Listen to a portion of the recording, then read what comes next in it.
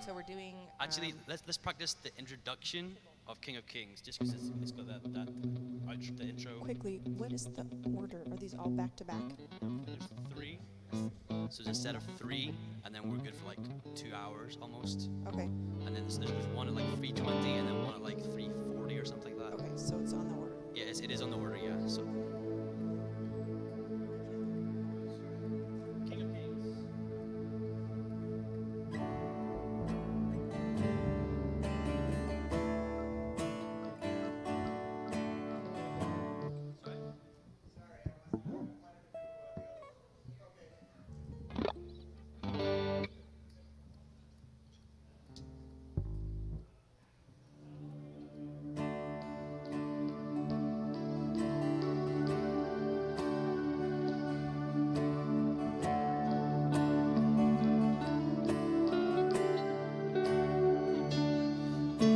Darkness, we were waiting without hope, without love.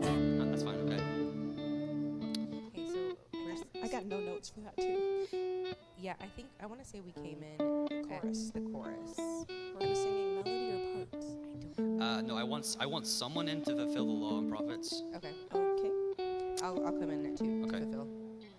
And then in the chorus we're singing melodies, right? Or harmonies. Yeah, the first one, yeah. Harmonies. Let's do the first one, just melody, and then from after there the on first out. Okay. chorus, you break into your parts. Cool. And on O Praise the Name, where do we come in there? First 2. First 2.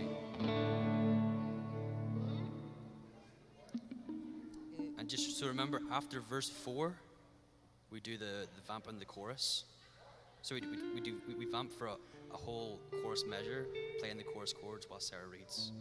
Got it. Let's not forget that bit. I'll just speak over all of it. Are we plugging right now? Or Yes. okay. What does it start?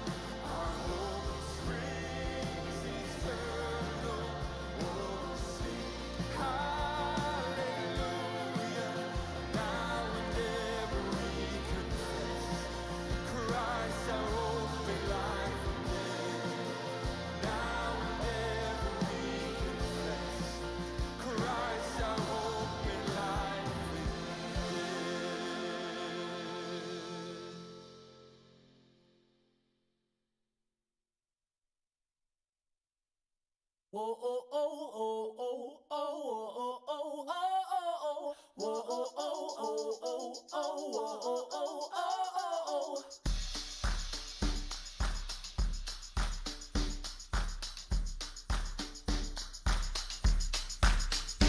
Rock of Ages cleft for me.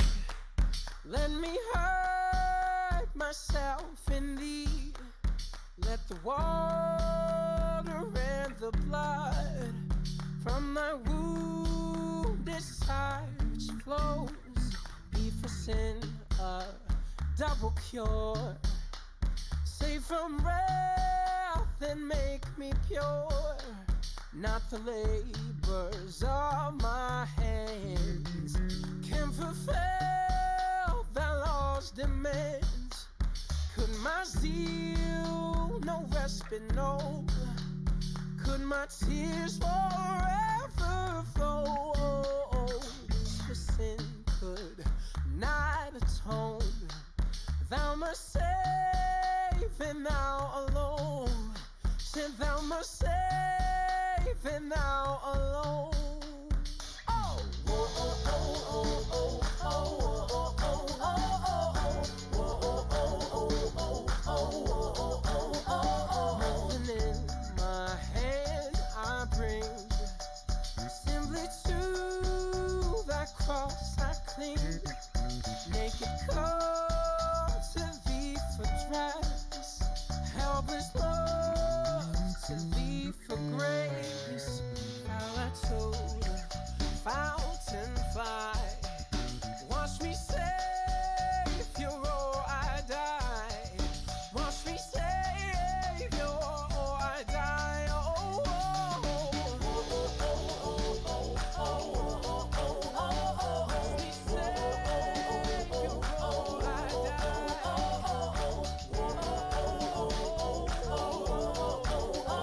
Watch me Savior, or I die.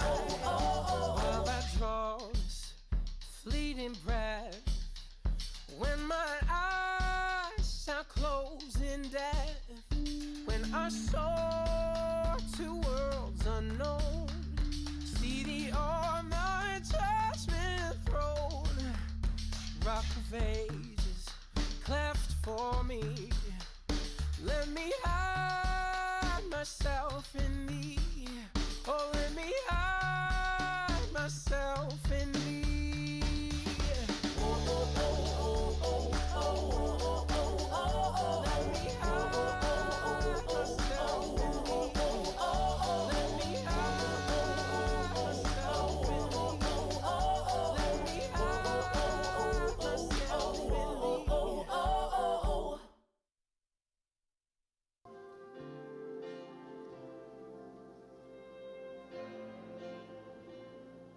Oh, just to know you.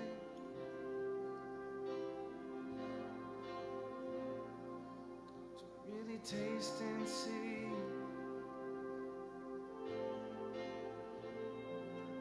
To really taste and see.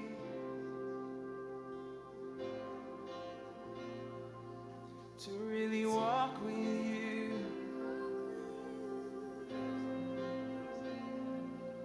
To really walk with you. Every moment, every day. To walk with you. To be with you. To have my eyes open to see you. To have my eyes open to see you. To have my heart open to know you. Every day, every day. This love is an everyday kind of love. Every morning I'm in it. This love is an everyday kind of love. Every evening I'm in it. Every evening I'm in it. This love. This love is an everyday kind of love. Every morning I'm in it. This love is an everyday kind of love.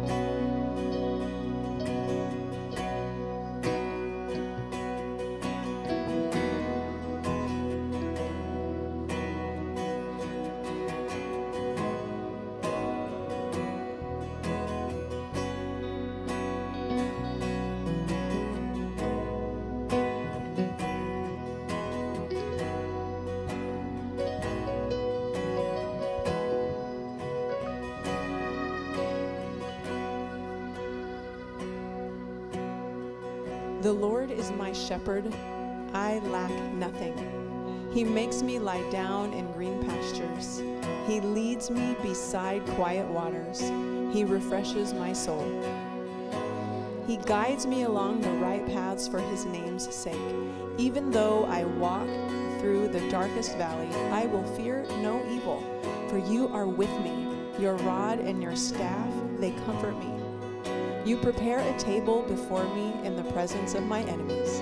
You anoint my head with oil. My cup overflows. Surely your goodness and love will follow me all the days of my life, and I will dwell in the house of the Lord forever. People of God, let's stand together and sing. I love you, Lord. Oh, your mercy never fails me. In all my days, I've been held in your hands.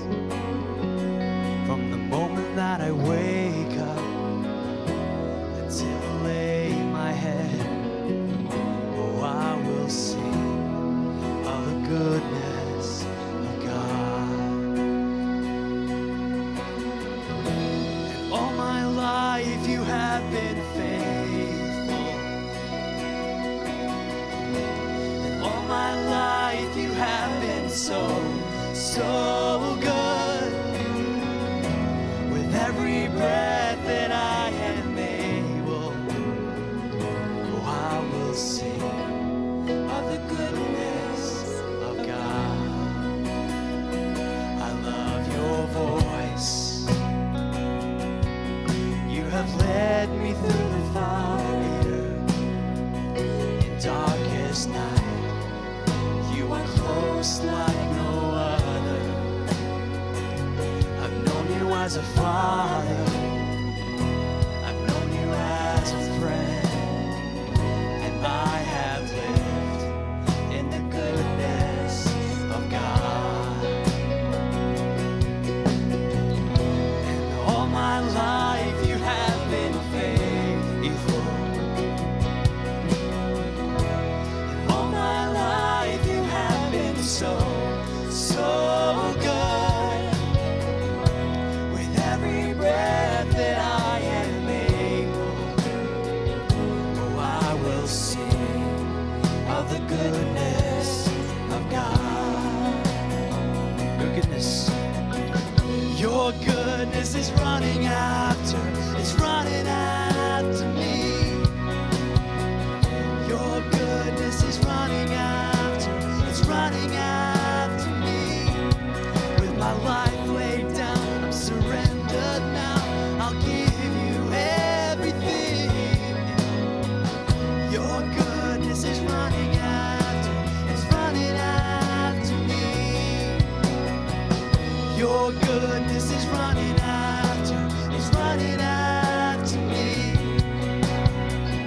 Your goodness is running after, it's running after me.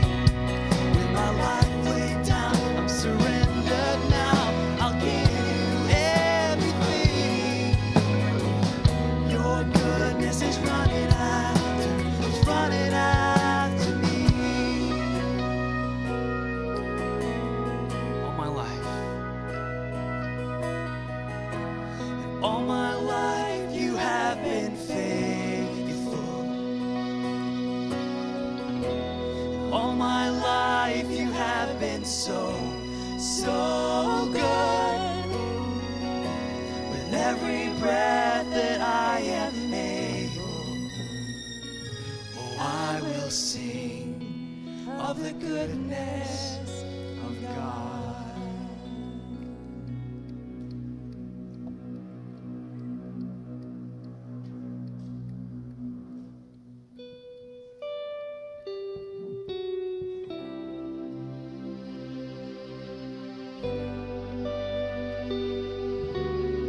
We're creation. We're creation, suddenly articulate, with 1,000 tongues to lift one cry. Then north to south and east to west, we hear Christ be magnified.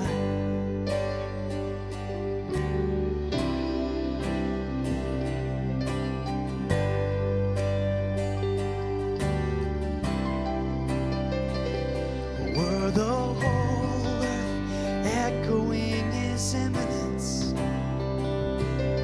his name would burst from sea and sky,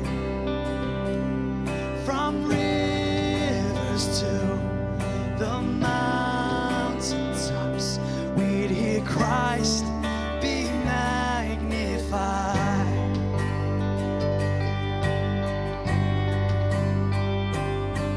And oh, Christ be magnified. Let his praise arise. Christ be magnified in me. And oh, Christ be magnified from the altar of my life. Christ be magnified in me.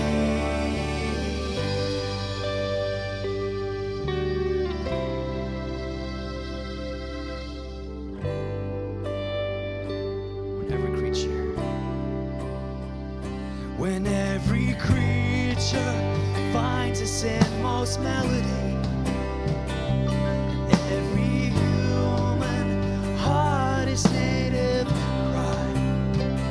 Oh, then in one enraptured hymn of praise, we'll sing Christ be magnified. Oh, Christ be magnified. Let his praise arise. Christ be magnified in me. Oh, Christ be magnified from the altar of my life. Christ be magnified in me.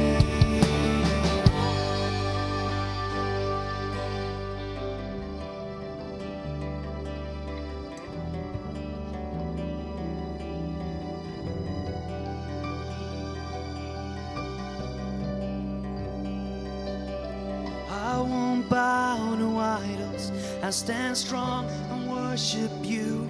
And if it puts me in the fire, I'll rejoice 'cause you're there too. I won't be formed by feelings.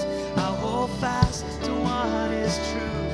If the cross brings transformation, I'll be crucified with you.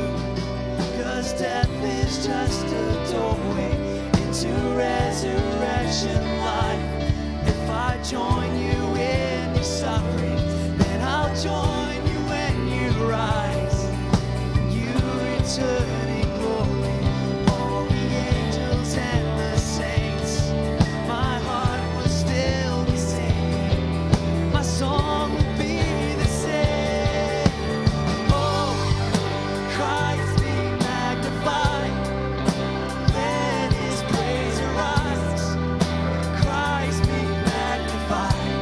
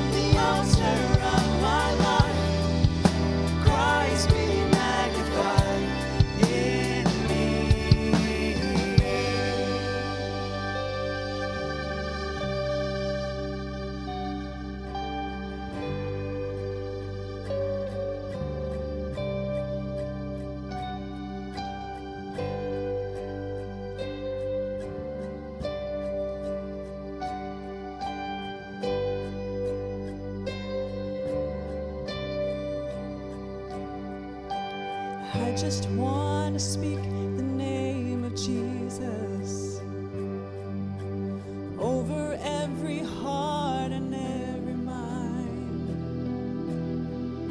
'Cause I know there is peace within your presence.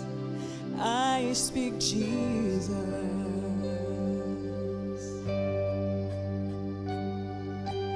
I just want to speak the name of Jesus till every dark addiction starts to break, declaring there is hope and there is freedom. I speak Jesus, 'cause your name is power, your name is healing, your name is life.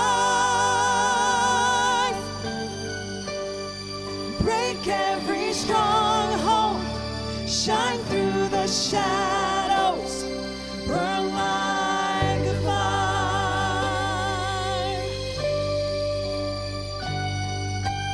I just want to speak the name of Jesus over fear and all anxiety, to every soul held captive by depression. I speak Jesus, 'cause your name is power, your name is healing, your name is life.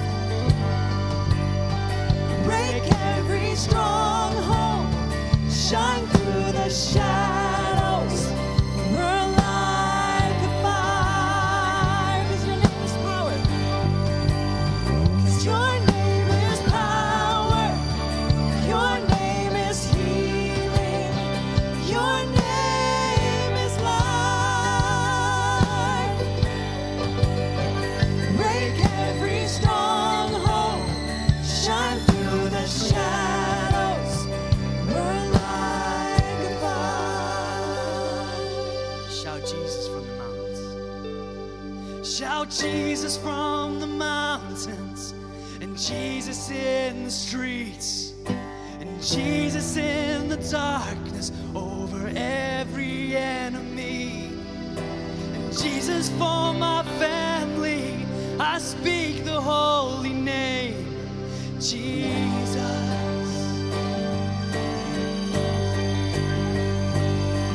Shout Jesus from the mountains, and Jesus in the streets, and Jesus in the darkness over every enemy, and Jesus for my family.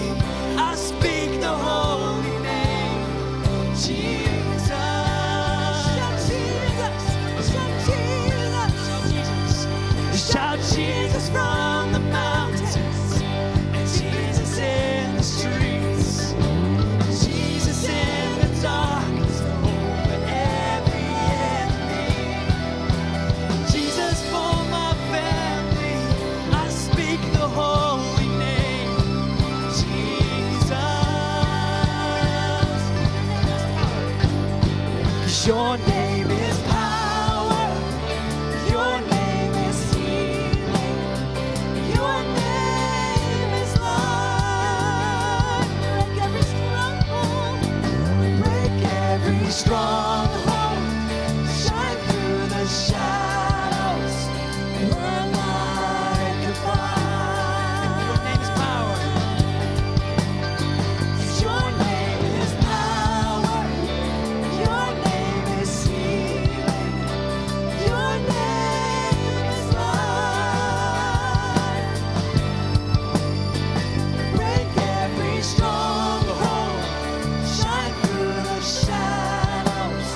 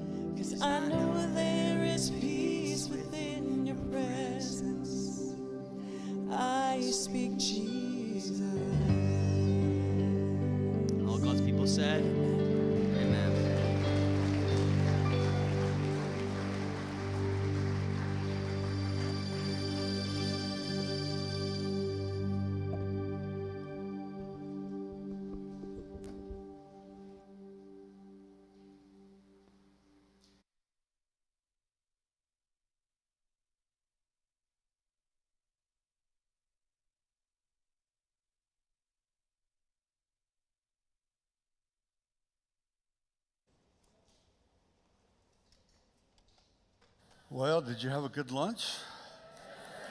Woo. Nothing better than Chick-fil-A, right? Wow. Hey, we have a special day we need to celebrate. We got balloons coming in and gift over here. Dr. Carla, I heard, is having a birthday tomorrow. So we have some goodies for you, Carla. Come on up.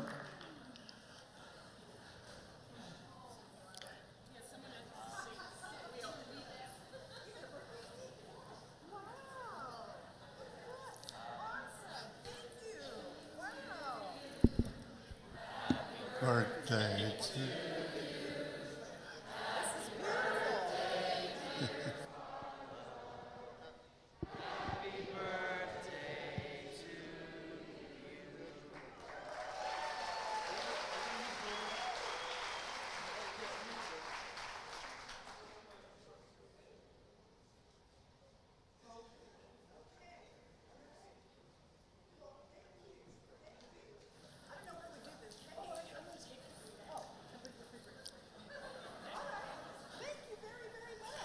Yeah, don't leave it close. I'll eat it. So Well, she said there's scorpions in the candy here, that's what I hear.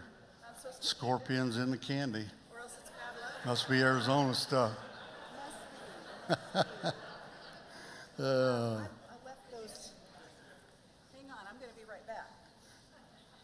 You're in charge, so I'll hang on.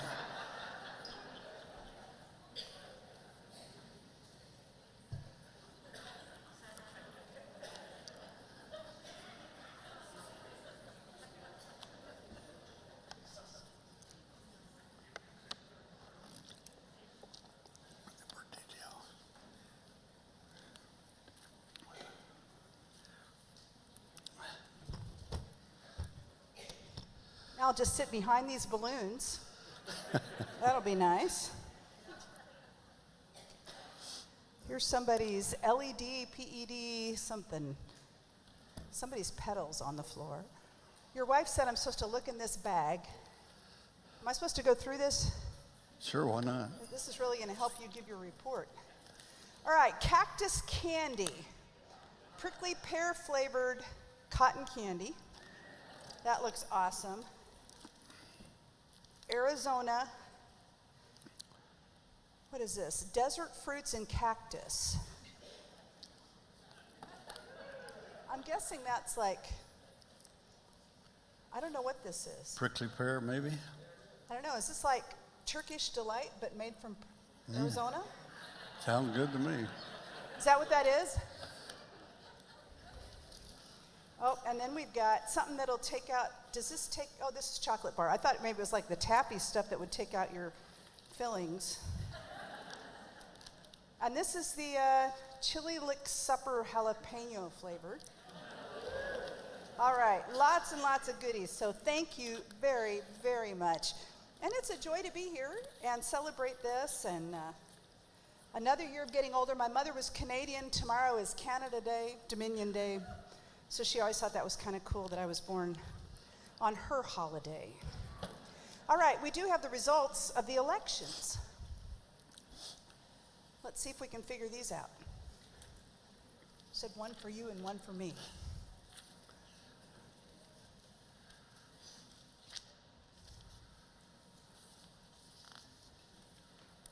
All right, but we don't have the latest one, as far as I can tell.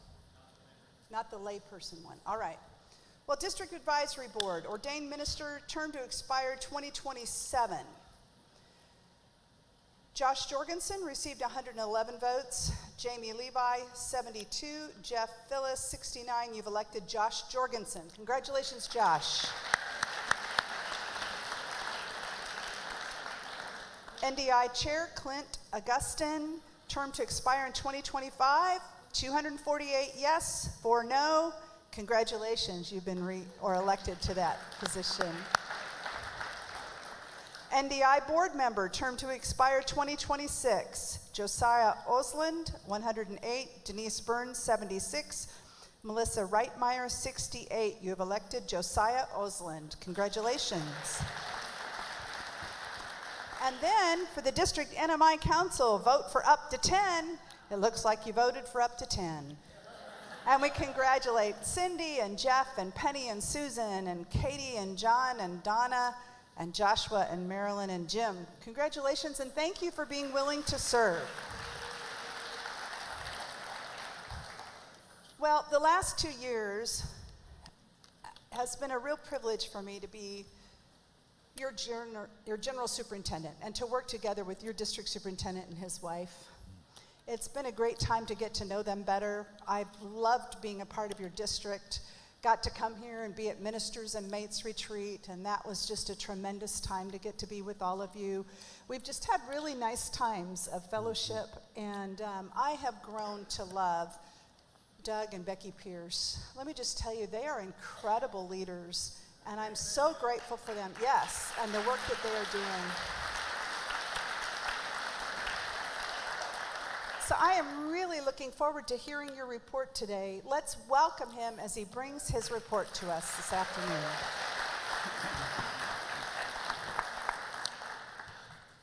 It's a privilege to present my 11th report as district superintendent.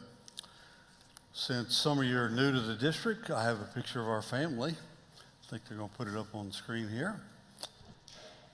There they are. What a beautiful family. No brag, right? We're blessed, fortunate. 2 beautiful grandkids there. Our daughter Nikki and son Curtis and his spouse Jessica. We're blessed, and Nikki's friend Joe behind there. And I got to be careful because we're online, and I think some of my kids are online too, so I won't say more. Right, Becky? I get myself in trouble. No. I want to begin my report by reminding us of our shared vision. We are called to equip leaders, expand the kingdom, and encourage pastors. Here are some highlights and ministry accomplishments of this last year. Equipping leaders. One of my priorities this year was to strengthen and expand engagement with younger leaders by providing a safe place for ministry conversations to happen and trainings to address current ministry challenges.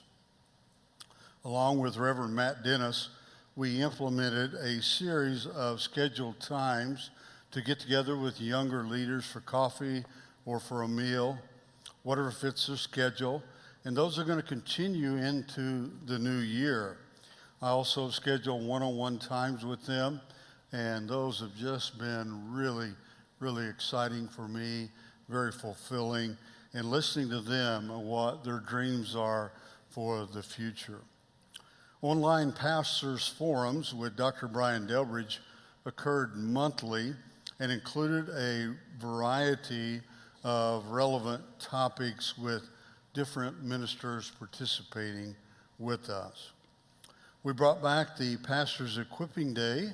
Dr. Derek Taylor from PLNU spoke on the topic of leading through organizational change, expanding the kingdom.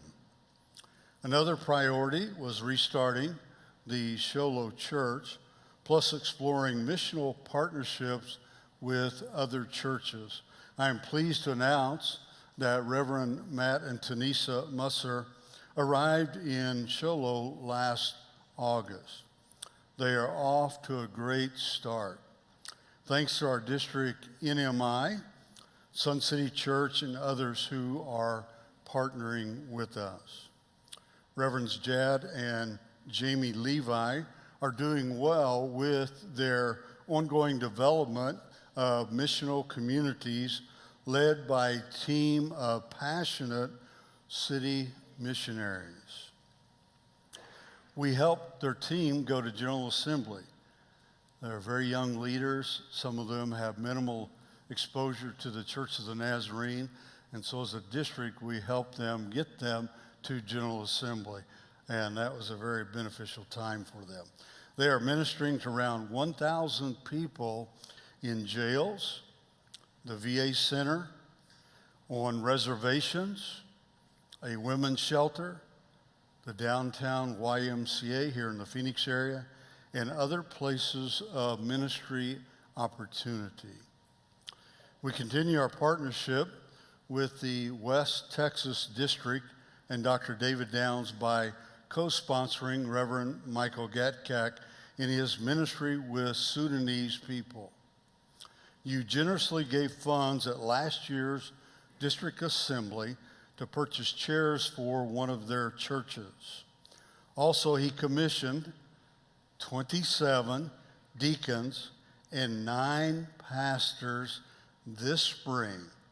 They also installed a water well, children were fed, and many, many other ministries happened through Michael and his ministry in South Sudan. Take a look at a video shot by Michael in Sudan here recently.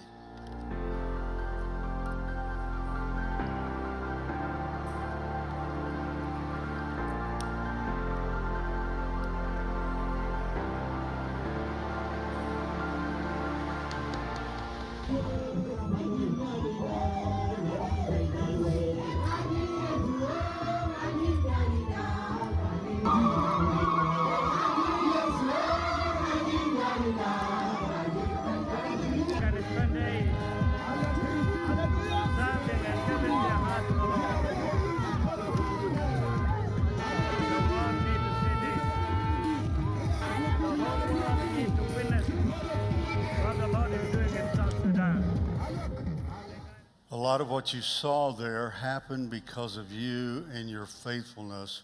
Thank you for responding, and thank you for helping us to sponsor Michael and his ministry, which is happening globally now. He's helped start Sudanese churches in Alaska, Illinois, and 3 or 4 other states here in the U.S., and he told me the other day he was headed to other countries and going to do the same thing. So the Lord bless you as you continue your faithfulness in that area. Oro Valley Church, which is, by the way, now the largest church, as far as I know, looking at the records, largest church on the USA-Canada region, established the first satellite campus on our district. It is located in the Saddlebrook Ranch area of Tucson. Dr. Jim Kramer serves as campus pastor. I deeply admire Pastor Craig for his evangelistic passion, which is reaching a broad range of people. There are over now 2,800 in worship attendance at Oro Valley. We congratulate Pastor Craig and his outstanding staff on this significant kingdom-building achievement. Praise be to God.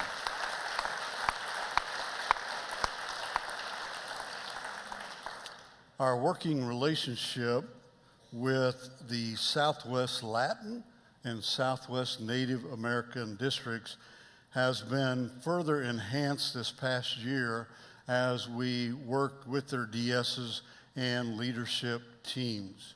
Additionally, we provided funds to assist both districts in sending their youth to Nazarene Youth Conference that's coming up.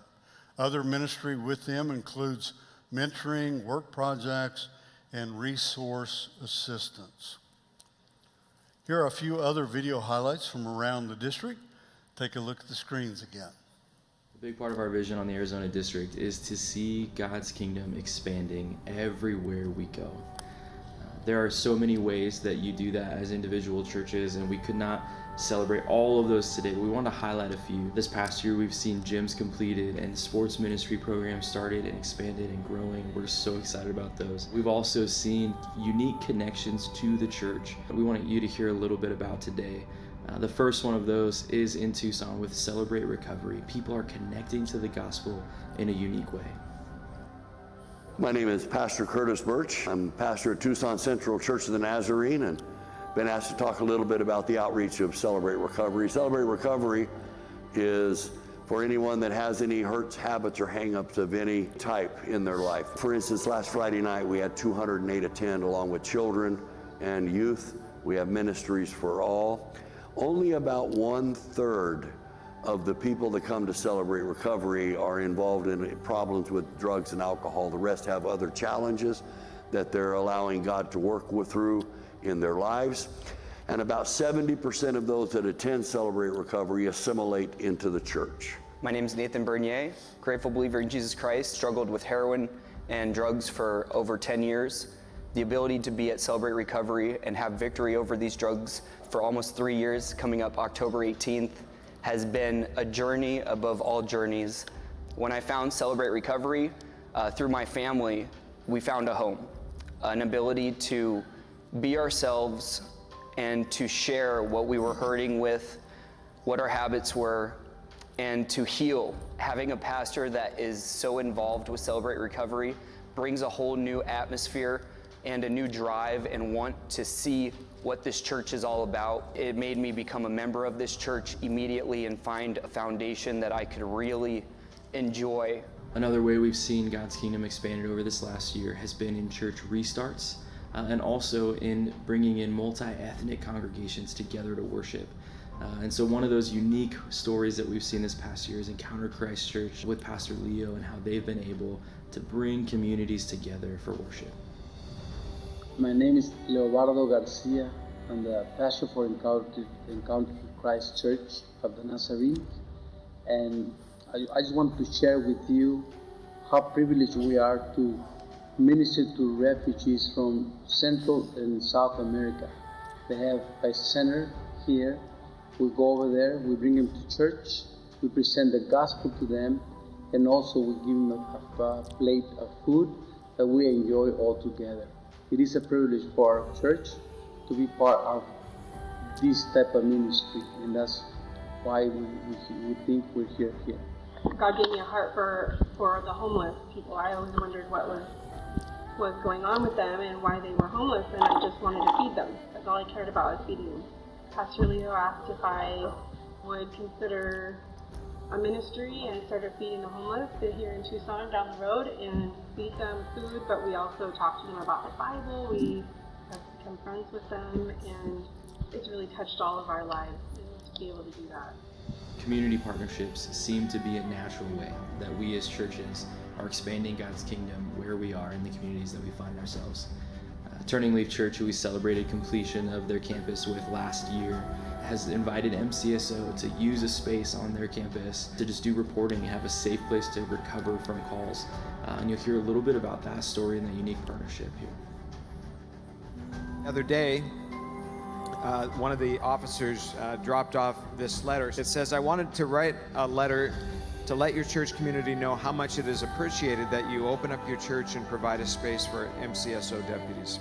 Approximately 2 weeks ago, I went to a call not far from the church where an RV was on fire in the backyard of a residence. I made it on scene within 2 minutes of the call coming out over dispatch. Unfortunately, the fire had already engulfed a majority of the RV, including the main doorway area. Efforts were made by family members, neighbors, and myself to get an elderly female who was still inside of the RV. These efforts, however, were unsuccessful, and once the fire department arrived and put the fire out, they confirmed that the woman was deceased. As I drove back towards the area where I was working, I decided to stop by the church. I was going over scenarios in my head as I was driving. If there was anything I could have done differently or better that could have changed the outcome of the situation. I found the space that is open here at the church for deputies very inviting, and it was really nice to have a place to wash my hands, attempting to get the smell of smoke and chemicals from my fire extinguisher off my hands. It was also nice to be able to have a cold bottle of water and sit down for a minute to ensure that I had my composure and head right for the next call that I may go on. It would be good to let you know how much it is appreciated. Sincerely, a very thankful deputy. So it's an impact that we make in various areas of our community, the MCSO officers being one of those.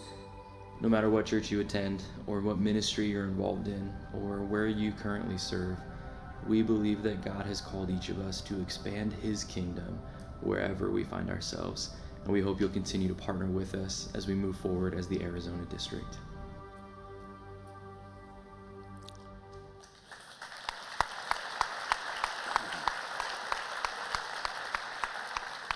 You saw a brief clip there of Pastor Leo at our Tucson Encounter Christ Church. It was Sunday that Becky and I visited there not too long ago. That Sunday morning we sang in Spanish, Swahili, English, and one other language that I still don't remember what it was. But God's doing an amazing thing there and bringing together all kinds of cultural groups, and we celebrate that. Encourage pastors. A priority initiative we undertook this year was reorganizing our mission areas for increased effectiveness, plus exploring new formats for conversations between ministers and the DS and other leaders. Reverend Matt Dennis has given great leadership to that, and we have continued to roll it out, and it's overlapping into the new year. I am pleased the district is paying the registration fee for pastors' kids who want to attend the PLNU PK retreat in July. We have a good group already registered and will be attending. And it's not too late if you would like to send your children. The district will pay the registration fee to that. And by the way, I got a late night email last night from a donor who said, hey, Pastor Doug, I want to give 10 grand to help with scholarships again for PK kids going to PLNU. So pastors, you got about 10 days here to get that in, and we'll award 2 $5,000 scholarships for pastors' kids that want to attend PLNU. So get those applications into us. See Brenda in the office, and she can help you with that. The District Advisory Board remains firmly committed to assisting pastors as needed with counseling, sabbaticals, and other self-care needs. We assisted ministers in each of these areas with funds allocated by the District Advisory Board. There's one other notable accomplishment that I'd like to mention. The District Advisory Board invested funds and is partnering with Nazarene Discipleship International to implement a new ministry safe policy which will enhance our previous policies. Background checks and video training for adults who work with children and youth are combined into a central database so we can have a view of the entire district. And that's going to be a significant tool for us to use going forward. Reverend Clint Augustine, NDI Chair, is giving leadership to the implementation of these policies. And let me say appreciation to some folks. It's obvious that my job and the ministry of the district is a team effort. It would not happen without a great group of ministers and laity. So let me express some appreciation here. The District Advisory Board lay members, Janice Walker, Bill Estel, Bobby Womack, Steve Burns, and Dan Spate, and ministerial members, Pastor Tara Smith, Brad Estep, Curtis Birch, Ira Brown, and Katie Scott. Let's show our appreciation to them.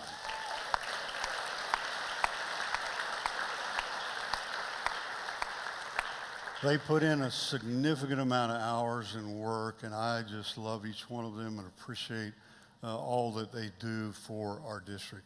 And also want to say thanks to our department heads, co-NY presidents, Reverends Wes New and Sean Gafford, NMI President, Reverend Josh Jorgensen, you heard from this morning, and NDI President, Reverend Clint Augustine. Both Dr. Brian Delbridge and Reverend Matt Dennis work part-time, assisting me, and they are outstanding ministers who I deeply admire and appreciate. We have a dedicated district office staff, Brenda Maston, our office manager, Tina Anderson, our financial assistant, and Becky Pierce, administrative assistant. She's been filling in. Dr. Carla stole my assistant, Brenda Cotto, from me. Took her to Lenexa. to work at the GMC. So Becky has been helping me out, and I greatly appreciate that. Appreciation goes to Bobby Womack, District Treasurer, and to Dr. Brad Estep, District Secretary. Both have served well and have been a joy to partner with. Thanks also goes to Point Loma Nazarene University Trustee and General Board Member, Dr. Dan Spate, and to Ministerial Studies Board members, which that board is chaired by Cody Abramson. And to all the Credentials Board members, thank you. Thanks also goes to all the other district councils and committees. We could not get it done without you. Missionary coordinators are instrumental in the collective teamwork of the district. Pastors Kurt Lunsford, Rich Ritchie, Bob Killen, Kyle Lane, Brian Medley, and John Prevette all served with distinction. Our camp director, Reverend Rich Stoffen, provided positive leadership at Camp Pine Rock, and also my spouse in ministry, Becky. I can't say enough for all the hours and the support, the miles, everything that goes with what you do to make me look better. Thank you.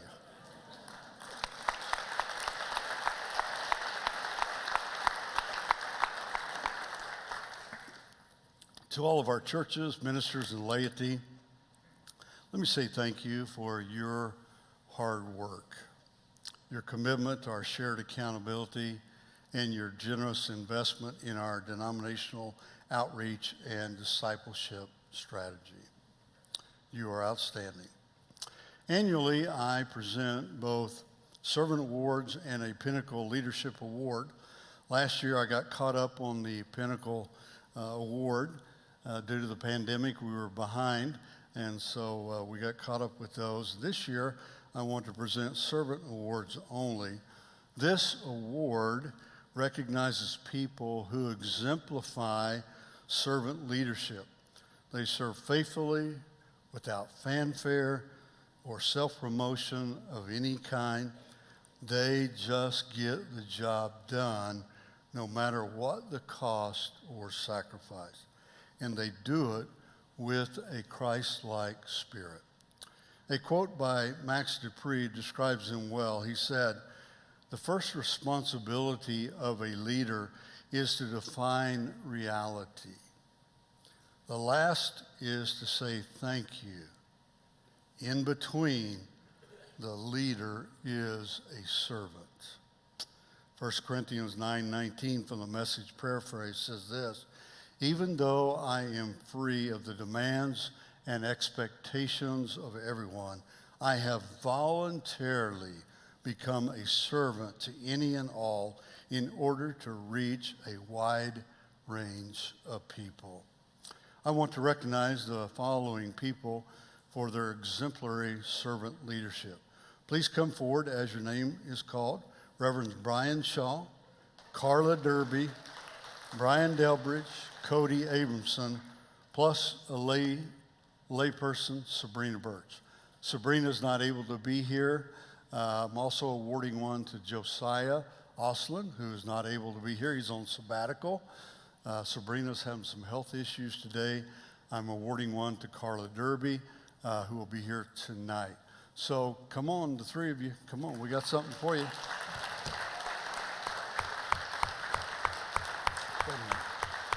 Are those up here? Help me, help me. I don't know where they're at. See why I need her?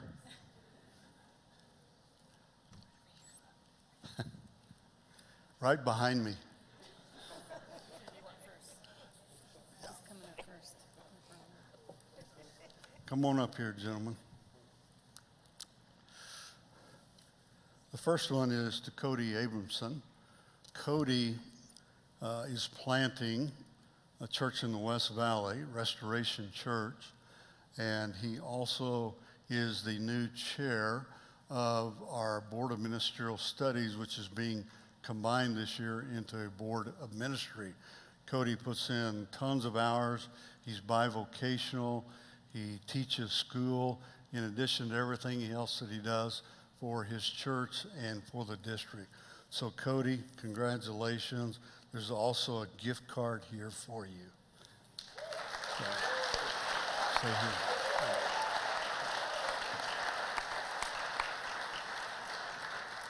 And to Brian Shaw. Brian is the lead pastor of Hope Community Church in Surprise. It's one of our more mature church plants, and Brian has done an outstanding job of establishing that church. They have their first building, which is debt-free, that they own. They're doing some, they're doing some significant ministry into the community. Brian is also bivocational, and he assists me on the district with our construction needs. There are a lot of projects that happen, and Brian is my go-to person. He's a general contractor and knows all about construction. So Brian, thank you for all that you do.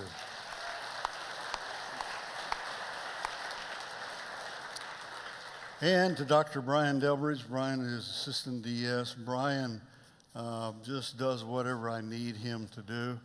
And currently he's working with 22 ministers that he's encouraging, coaching, mentoring. 14 of them are first-time lead pastors. So they keep him busy with lots of questions and stuff that he helps him with. Brian, thank you for all that you do for me and for the district. So, bless him. Stay here. We're going to get a picture. Stay right up here. Turn around. Here we go.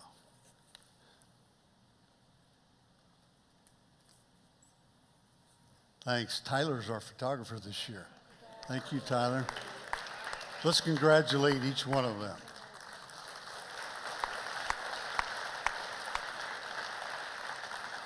Let me just briefly say something about Sabrina. Sabrina is a layperson. She's married to Curtis Birch. Curtis is over here somewhere, right back here. And we pray for her since she's married to him, but just kidding. Curtis is one of our advisory board members, and Tucson Central is really growing.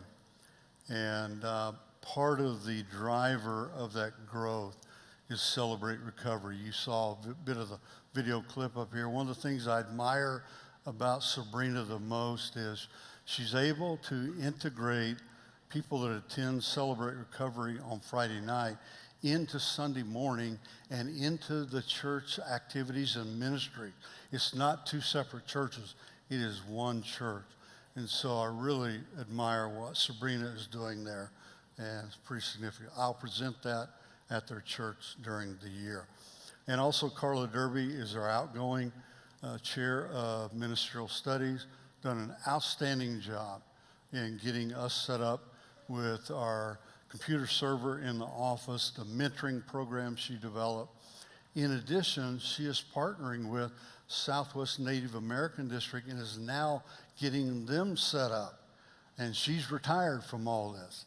And so I just appreciate Carla and her using her abilities for the kingdom. So we celebrate that. The other one is Josiah, also on staff at Renovation Church here in the Valley. Josiah developed our app that we use for our ministerial students.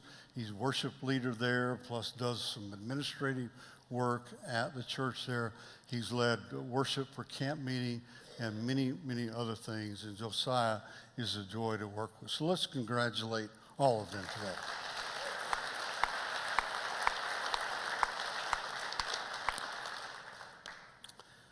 Becky and I arrived in Arizona in August 1987. Can't believe it. 35 years. Even though it was 180 degrees outside when we arrived, there was a clear call. A clear call from God to move from Oklahoma and begin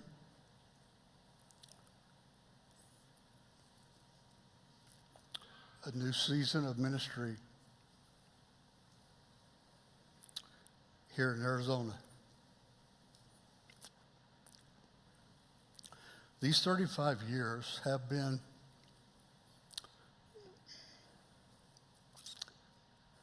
I knew this was going to be challenging. These 35 years have been some of the most enjoyable of our married life. We've worked together as partners in ministry, celebrated the arrival of the two best grandkids that there ever were on earth, right? Got one of our kids married, journeyed with you, our extended family. Through the years, I served in the local church as administrator, interim pastor, co-pastor, and lead pastor. For the district, I served as administrator, treasurer, district advisory board member, credentials board member, and camp board chair, assistant DS, and now completed 11 years as district superintendent. And for the general church and for Point Loma Nazarene University, I served on various committees and boards. I believe in and deeply love the church and our denomination. I really feel like I need to preach right there for a moment. I don't typically preach in my reports, but I'm tempted. Our denomination is not perfect, because you and I are not perfect. And we have some challenges we're working our way through. But God is able, and we will find our way through, and we will continue to be the church, the denomination that God has called us to be. Amen and amen. While it's not a surprise to many of you due to the vibrant Nazarene grapevine, we felt it was time to retire or semi-retire and move into a new season of life and ministry. You graciously extended another 4-year term last year, but we felt it was time and will retire at next year's district assembly. Here are some of the reasons for this decision. We both are in pretty good health. We want to travel more beyond Arizona, not those 5,000 miles I've averaged per month in my vehicle here in Arizona, but travel other places. We want to see those grandbabies a whole lot more. My parents have some health concerns, and it's time for new vision and strategy for the Arizona district. And I did not want to overstay my welcome. The district is healthy with an outstanding group of pastors, staff, laity, and churches. We have a good mix of small, medium, and large churches in both urban and rural settings. We have various types of worship and ministry approaches. I'm grateful our diversity is increasing. Resources, including finances, are strong, and we are in a good position to move into the next season of ministry. As part of our decision, we decided to relocate, at least temporarily, back to the Oklahoma City area, where we will live within a few blocks of my parents.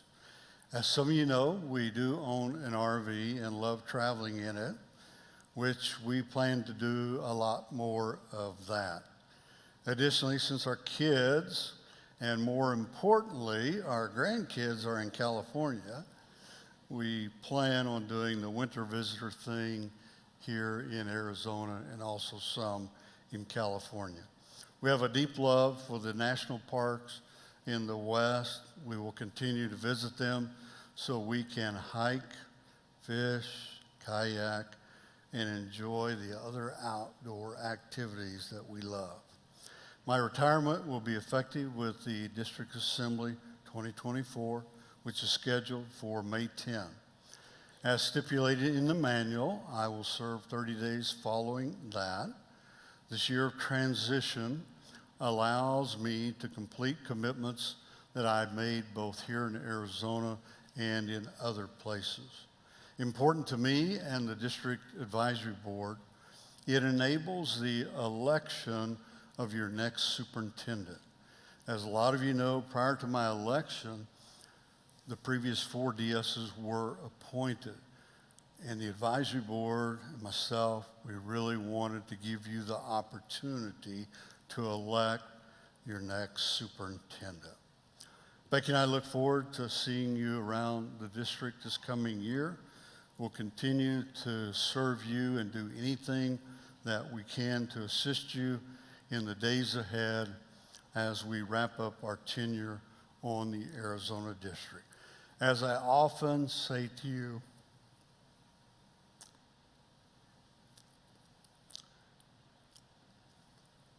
Becky and I love you deeply, and it's a privilege to be your superintendent. Sincerely submitted, Doug Pierce.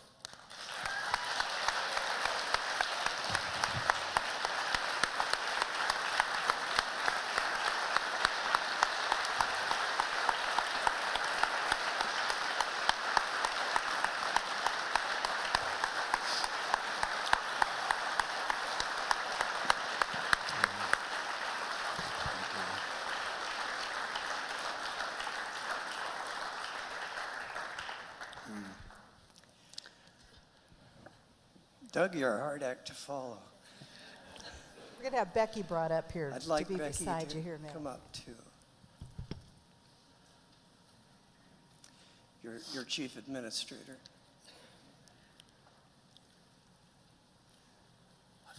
There's a famous quote, there's no limit to what you can accomplish if it doesn't matter who gets the credit. I don't know if all you noticed, but we just watched and listened to a really long report in which Doug Pierce took no credit. He empowers, he is careful, he organizes, he's a visionary. He empowers the people around him to do more than they could have. Doug, you're my friend, and you too, Becky. And I want to give you a small token from our district advisory board in our district and just tell you how much we love you. Thank you. Thank you. Appreciate that. Thank you so much. Appreciate that. Doug and Becky, I know you are dearly, dearly loved by these people here. And we are so grateful for the years of service that you have done. I'm a little bit jealous that I don't get to be here next year because I would really have enjoyed that. But thank you, and thank you for giving us all fair warning and that you can enjoy having them come to your church and celebrate them this year, as you know that next year will be their last. Do you have any words you want to share today, Becky? No? All right. Okay. All right. But aren't they great people, and we're so grateful for them.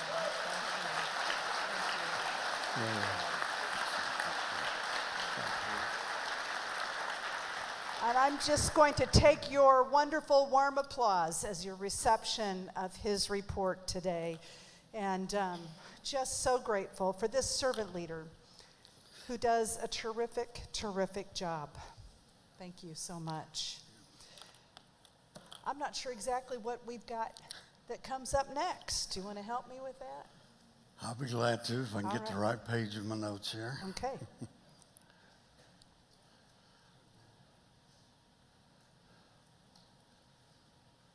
Isn't technology I great? think we still have a few of these down here, Ira. I Our do want to. substitute secretary is doing an awesome job today. He is. Let me introduce our new pastors on the district. Brian and Lori Spencer, lead pastor at Flagstaff. I'm not sure if she'll stand, please. Back here is Brian. Lori. This has kind of been fun for me because they were part of a church when I was their senior pastor at Tempe Naz, and so he will be ordained tonight. It's going to be exciting. Also, Matt and Tanisa Musser, Sholo New Life Community right back here.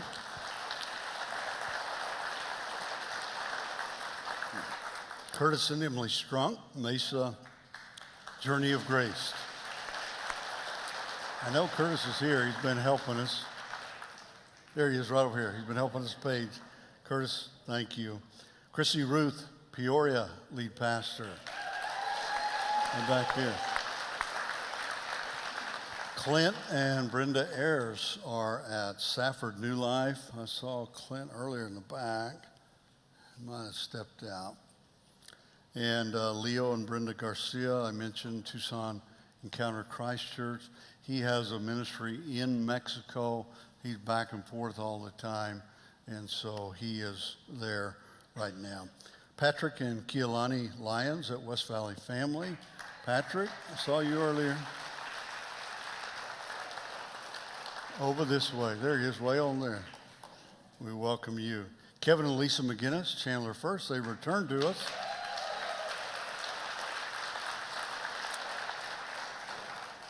Stand up, Kevin. I know you're back there. He's trying to give me a hard time. Cindy Lamb at Lake Havasu. Here.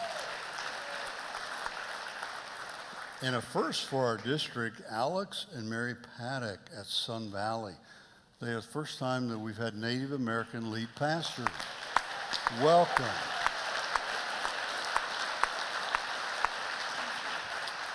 We welcome each one of them. As I mentioned earlier, we also welcome all of our ministerial staff members, support staff, and good to have all of you as part of the team here in the district.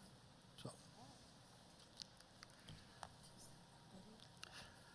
we do have another video we'd like to show, and this one, I believe, is Pastor Chrissy Ruth.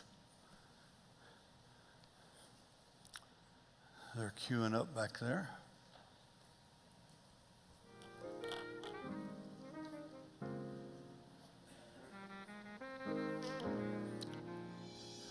The first question is really just what was unique about.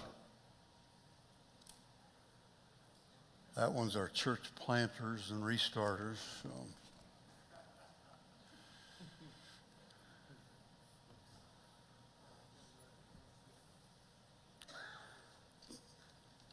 Matt's helping us out there.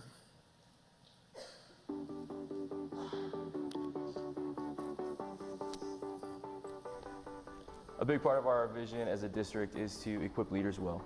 And as we were thinking about how we do that process and where that process begins, we thought of Chrissy Ruth and her story of being raised up on the district and transitioning from a couple different churches into the role you're in now. But I'd love for you to share a little bit about how your local church context kind of recognized your call in the ministry and helped kind of begin that process for you. I would not have guessed that I would be here in 2023. But I was attending at Tucson Mountain View and had gone through the youth program, was in college, and we had a transition in leadership for youth pastors.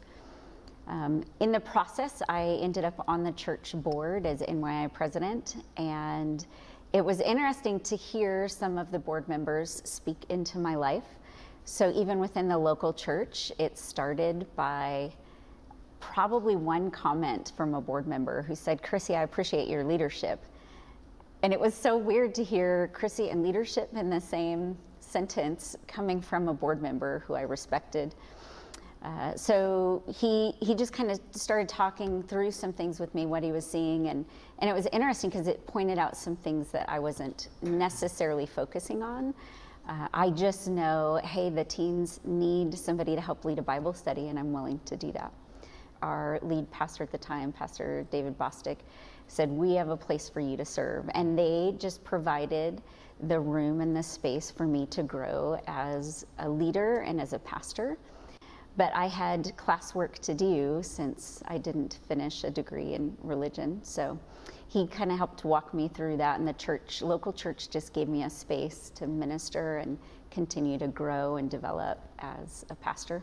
Yeah, and as you came into that role, obviously local church in our context also grows into district involvement and district things that that kind of speak into our local contexts as well. For you, you know, how did that district kind of connection begin and then develop and equip you for where you're at? Yeah, that was also really interesting. More people speaking into my life. There's a huge impact the local church has on those that are feeling called into ministry, on how they come alongside, how they take time to listen to the candidates, to provide a space for them to minister. My story is deeply impacted by people within my local church, the leadership as well as the laity. It also is deeply impacted by the connections and the networking. As ministers, we know it can be very isolating. So any of the networking that I have either fallen into or have intentionally sought out is super helpful to be able to pause and think through how I do ministry and hear different perspectives and see blind spots that I don't have. So some of the benefit of having a district that gathers together, that cares about one another, that will break into zones to gather pastors together once a month or however that plays out, is pretty significant in how I've developed as a leader. But you also now, in your role, are mentoring and shaping young leaders that you're bringing in now to Peoria. And what are some things you're trying to equip them with? So for me, it's really about listening to the ones I'm working with, and then, you know, praying through how to best allow them the space to grow, to develop. So I'm listening to where God is moving in their lives. I also am encouraging that they hear other voices than just mine, that they're connected in networks of other youth pastors or music ministers, that we get more than just the same group when we're in meetings. We might pull in somebody else's perspective or ideas, and then just kind of watching where that plays out for them is where I'm headed in the first few months that I've been doing it, is where I'm directing my energies. Yeah. Okay. Well, thanks for sharing a little bit of your story and how God's equipped you. And I think, you know, as we move forward in our vision as a district and how we're presenting that, I think this is the way that we share that and the way that we move it forward is hearing the stories of how God has used each of us on a district and each of us in ministry and is moving something forward that's new and fresh. And so just thanks again for your time, and I'm encouraged to hear more.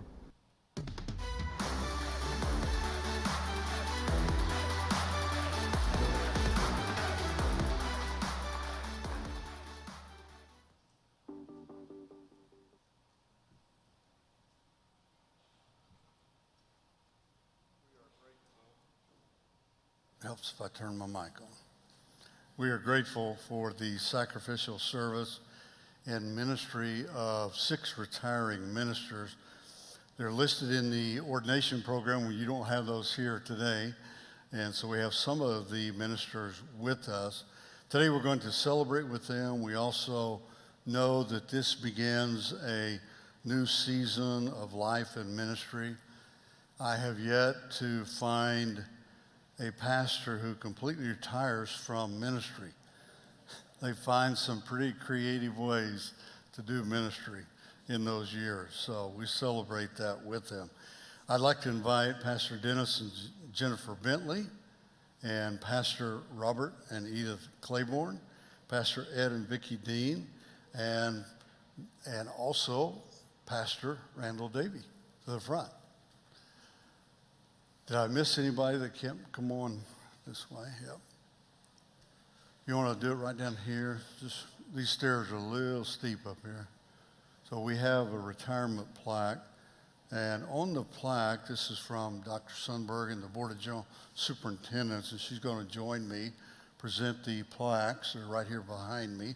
I'll get those down to you there. The plaque says the Board of General Superintendents and your Global Nazarene family celebrate your ministry to Christ and the church. You have served faithfully, effectively, and fulfilled God's call upon your life in ministry. Your church is grateful for your many sacrifices, and we trust that God's incomparable rewards will be more than compensate for your selfless service.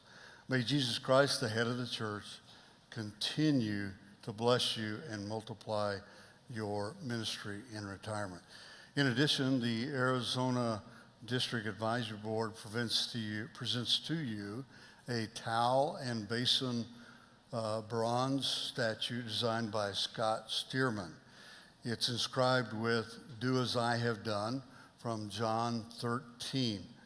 We'll have to send those to you later because, like many things, they've been back ordered for a long time, and we're still waiting on them.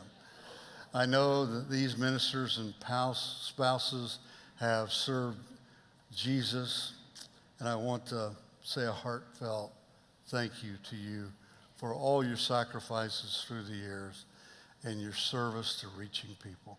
May the Lord richly bless you. So.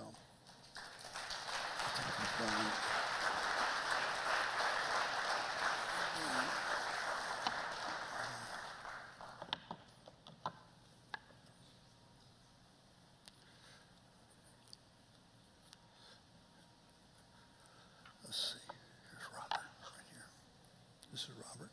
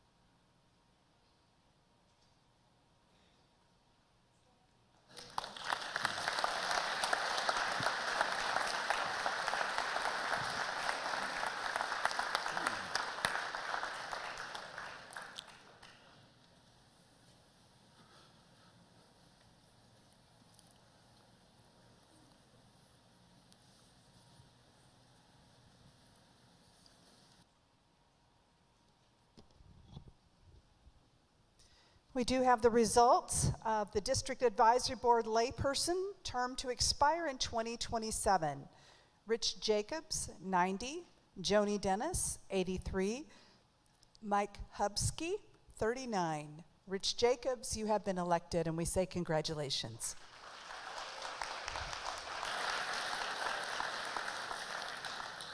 At this time, I'd like to invite our treasurer, please, to come up and to bring, I believe, the treasurer and maybe the finance committee report, both. Are they together?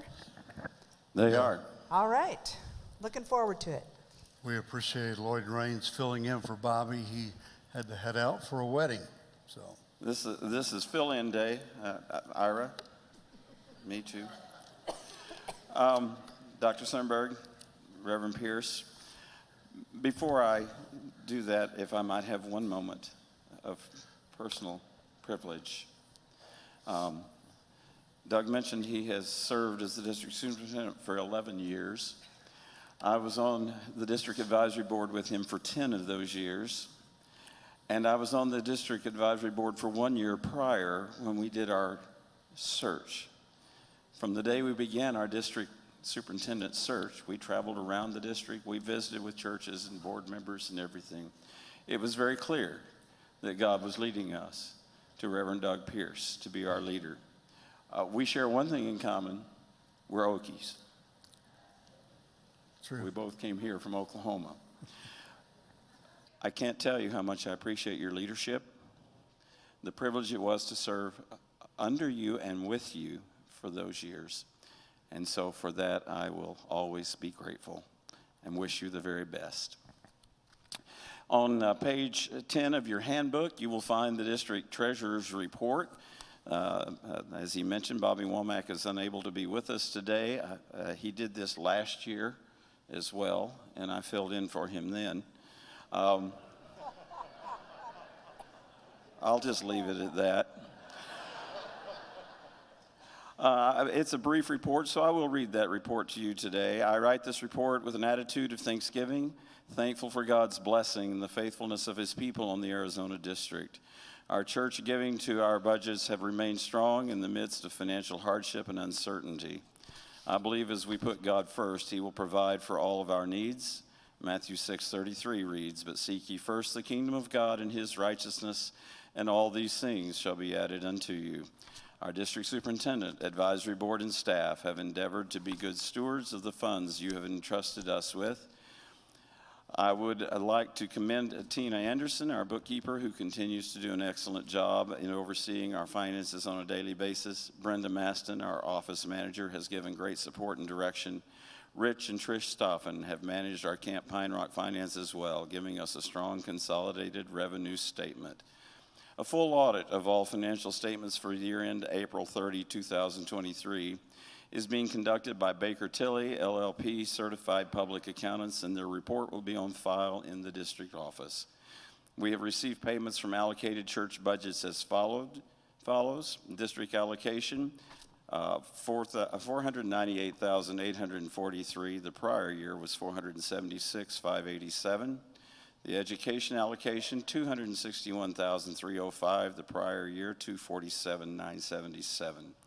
Pensions and allocations, $361,749. The prior year, $343,991. And world evangelism allocation, $892,628. The prior year, $909,913. It's been a blessing and a privilege to serve as your district treasurer. May God continue to guide and strengthen us as we work together to grow his kingdom. I respectfully submit this on behalf of Bobby Womack, treasurer. You want to just continue on, or do you want to receive Well, that? we could just do this. Would we have a motion a second to receive the report from Bobby Womack, the treasurer? Thank you. Any questions or discussion?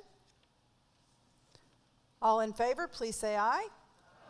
Opposed, same sign. Thank you, and we have received the treasurer's report. Now we can do the finance committee. All right, I did fail to remind you that behind that there are combined comparative income statements and combined comparative balance sheet statements for the last 2 years. And that would lead me into the finance committee report. The finance committee met on April the 23rd, as well as the nominating committee that day. We reviewed the finance committee textual report, which is the first part of your report. I will tell you there were only 2 small edits in that. You have those written for you here. The first of the edits being under, let me get this right here. Item number 7, we changed the address for you to send your funds to for Nazarene Bible College for the any gifts you have for them there.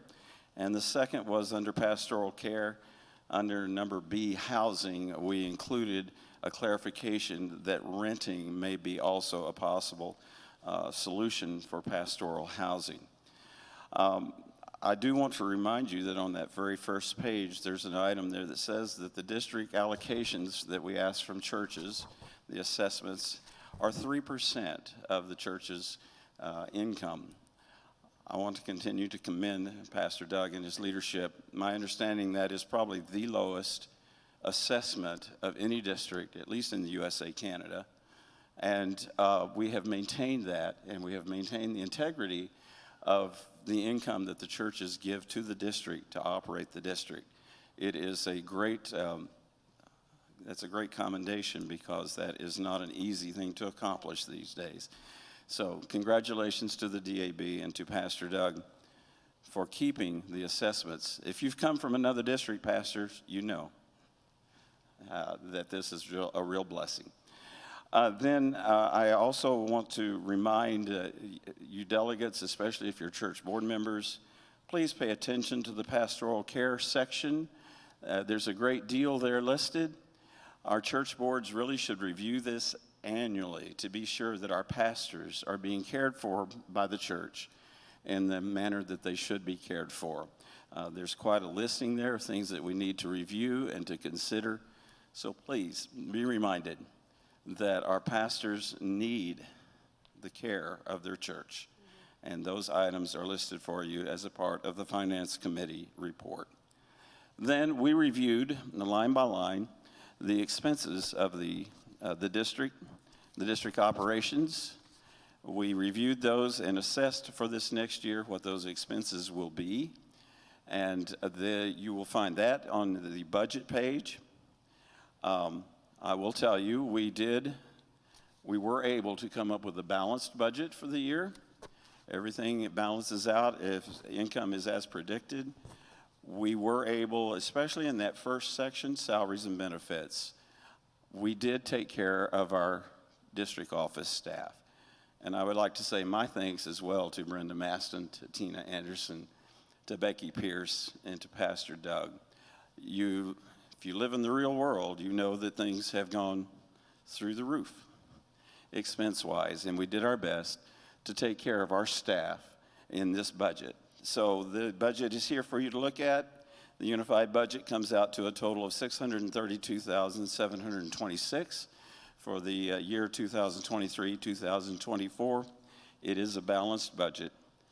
Respectfully submitted, Lloyd Raines, Finance Chairman. Thank you very much. We now have before us the report of the Finance Committee, which includes the proposed budget for this year. It comes from a committee, so it does not require a second. Are there any questions or discussion regarding the report and the proposed budget that is before you? All in favor of approving, please say aye. Aye. Opposed, same sign. Thank you very much. And I will just reiterate what you just heard. To have a 3% district budget is actually quite amazing, and I applaud you for the work that you have done on this district to make that possible.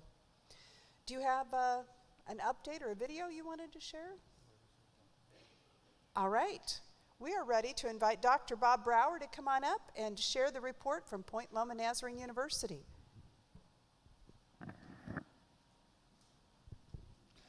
Thank you, Dr. Sundberg. Just a moment of privilege before I begin. I want to express my appreciation to Pastor Doug for his work and leadership. Doug has been the chair of the Board of Trustees for the past 6 years. He will be concluding his term this November. And Doug, I want to thank you for your leadership on the board, but most of all, just your counsel and friendship across these years. You all get to see the public Pastor Doug. I get to see the behind-the-scenes counselor and guide Pastor Doug. And the work that we do for the university and the work of the board, many opportunities that I seek his input and counsel as we work together for the good of the university. So thank you. You're not off the hook yet. Still have several more months and another board meeting to run, but on behalf of all of us at the university, thank you for your ongoing work and the privilege of really working together. Count you as a friend, a brother in Christ, and one that I am so delighted to be able to work with. Congratulations on your plans for the future. Becky, you as well, for all that you do to support. God bless you both. Just a few updates. I want to really give thanks to you for the report Lloyd just gave about your giving. To thank you for your continued support. Those educational funds to Point Loma go directly to Nazarene students from the Southwest region in Nazarene grants, in need-based grants, to support our discounts for pastors, children, and also for missionary kids. Those dollars are vital to close the gap for attendance. And I want to thank you for that continuing work and also for your encouragement of students to come. You all as a district have done just great work at encouraging students to cross over the mountains and get to the cool ocean breeze and come to Point Loma, where it's not 113 degrees today. You could probably double the temperature at Point Loma and not hit 113 right at the moment. But thank you for doing that because of what opportunities those provide. The other person I want to thank, just out of the corner of my eye, another member of our Board of Trustees, Dr. Dan Spate. Dan has had a long term of service, and his work in the Academic Affairs Committee is vital to the ongoing academic program at the university. So Dan, thank you, and thank you for your work and leadership in that committee. This is really a significant summer for the university. It was 50 years ago this summer where Pasadena College packed up and moved about 120 miles south to the Point Loma Peninsula and began again. Dr. Reuben Welch has often been quoted as saying, "You don't move a college, you just blow it up and start again." And that's really what happened.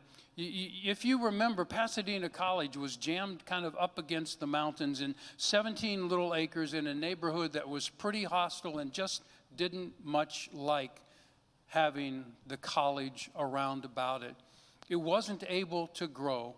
And in those days, in the late 60s and early 70s, it became pretty clear that the future of Nazarene higher education in the Southwest needed an additional solution.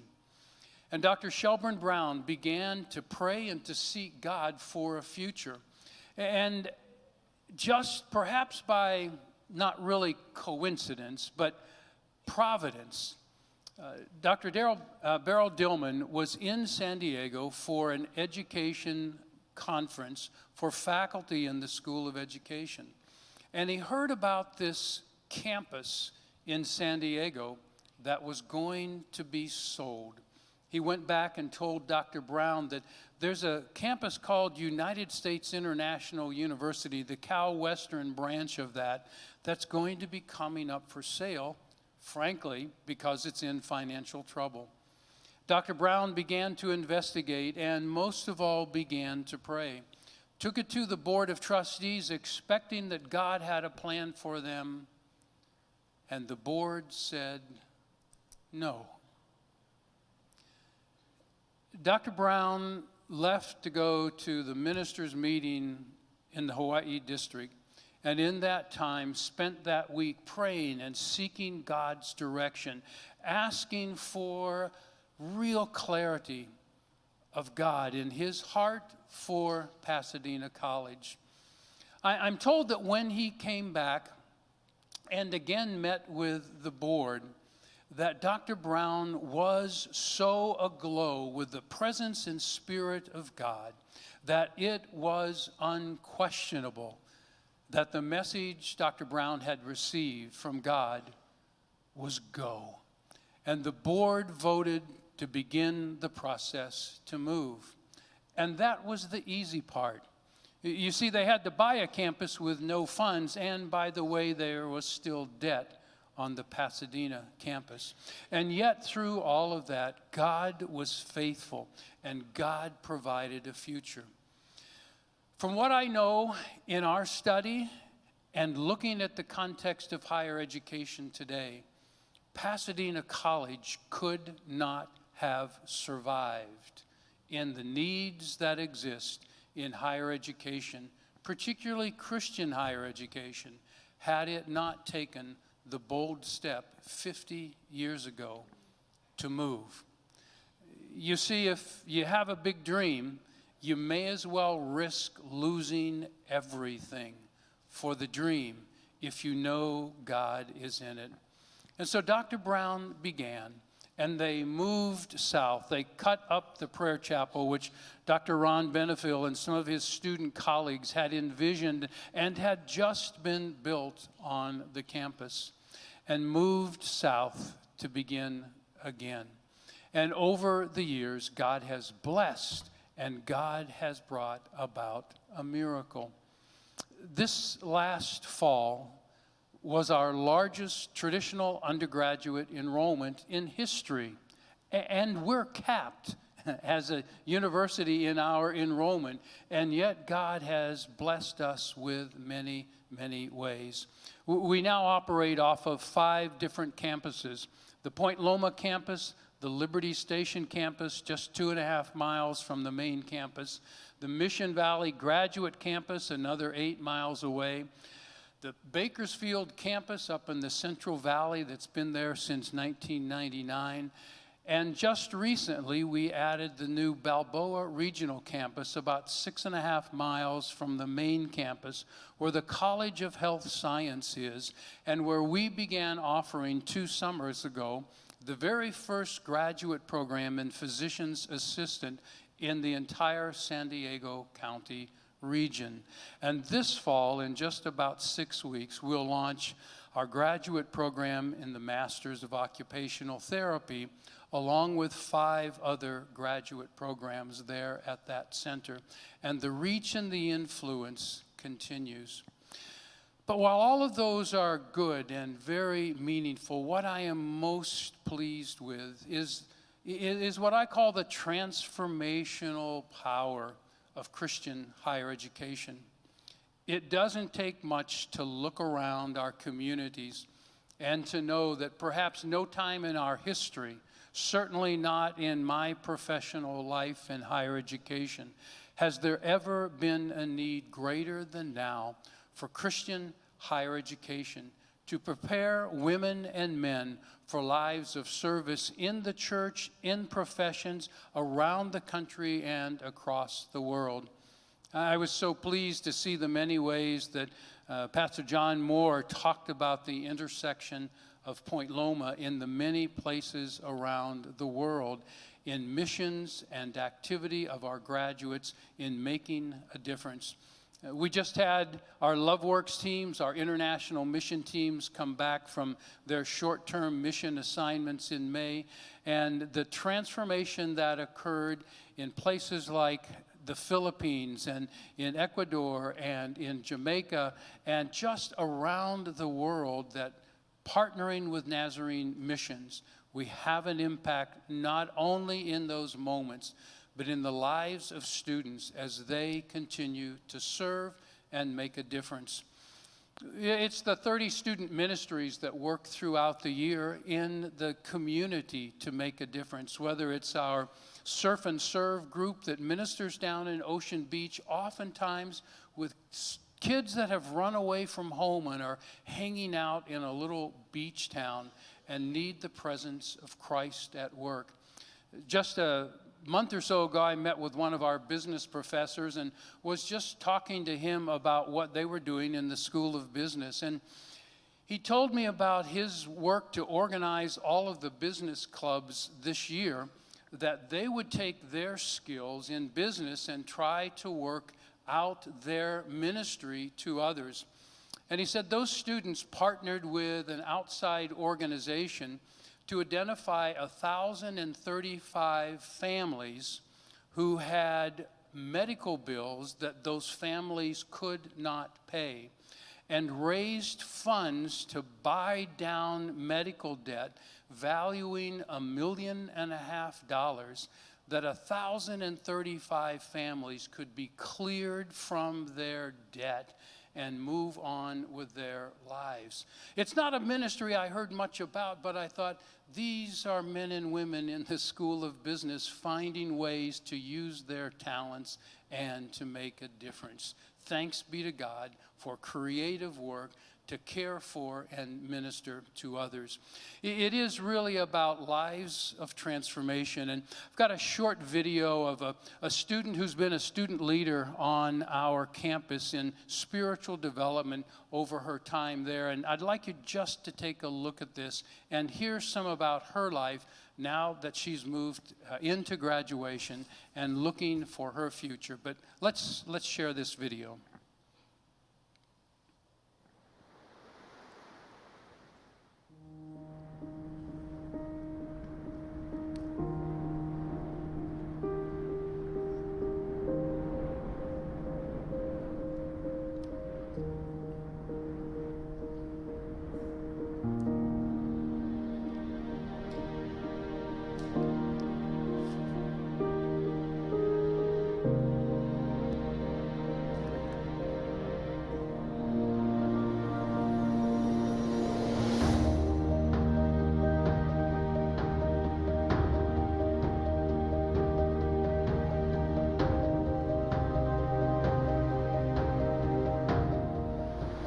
Judith became part of a group of friends that are just outstanding young people. Her energy, her wonderful winning smile. You put the perspiration and the preparation in. If you've got the native gifts, then you realize that you can put those to use. She's shown that she not only can do that, she does it with the right spirit. I am a born and raised Nazarene. I enjoyed going to church. We went to church 3 times a week. Even growing up and seeing the way people were involved here, the way they're just great people, and I admired them so much, and I knew that they came from Point Loma, and I was like, oh my goodness, I want to come to Point Loma and receive that same education, that same training. I remember when Judith took the center stage, she took some deep breaths. She was clearly afraid, and she told this charming story. And when she did it, all eyes were on her. Nobody was bored, nobody was looking away, everybody was straight on, and we realized we were in the presence of a real storyteller. I can remember freshman year me, I already feel enough insecure about a lot of the things, but I really felt a push to go for it and be like, you know what, take the step of faith. Judith has just said to me many times, Dr. Lodall, grace upon grace. And that's not just a saying for her, it's the way that she lives. I know that I want to continue to walk with people in pastoral-like way. I want to continue having those one-on-ones, continue having those hard conversations. I know that at the end of the day, it's everything I do will be for the Lord. The larger mission of the school is to help students to realize that there are all kinds of other ways of thinking as well, other disciplines. And I think it's really important that we do that, because leadership that is intellectually curious as well, that we realize that we're lifelong learners, that there's always more to learn. Judith Hernandez is such a joyful, thoughtful expression of Christ in the world, and grateful to know her. As she leaves, one of the things I want most is 100 more Judiths to come in. You know, if that's possible, let's get that going.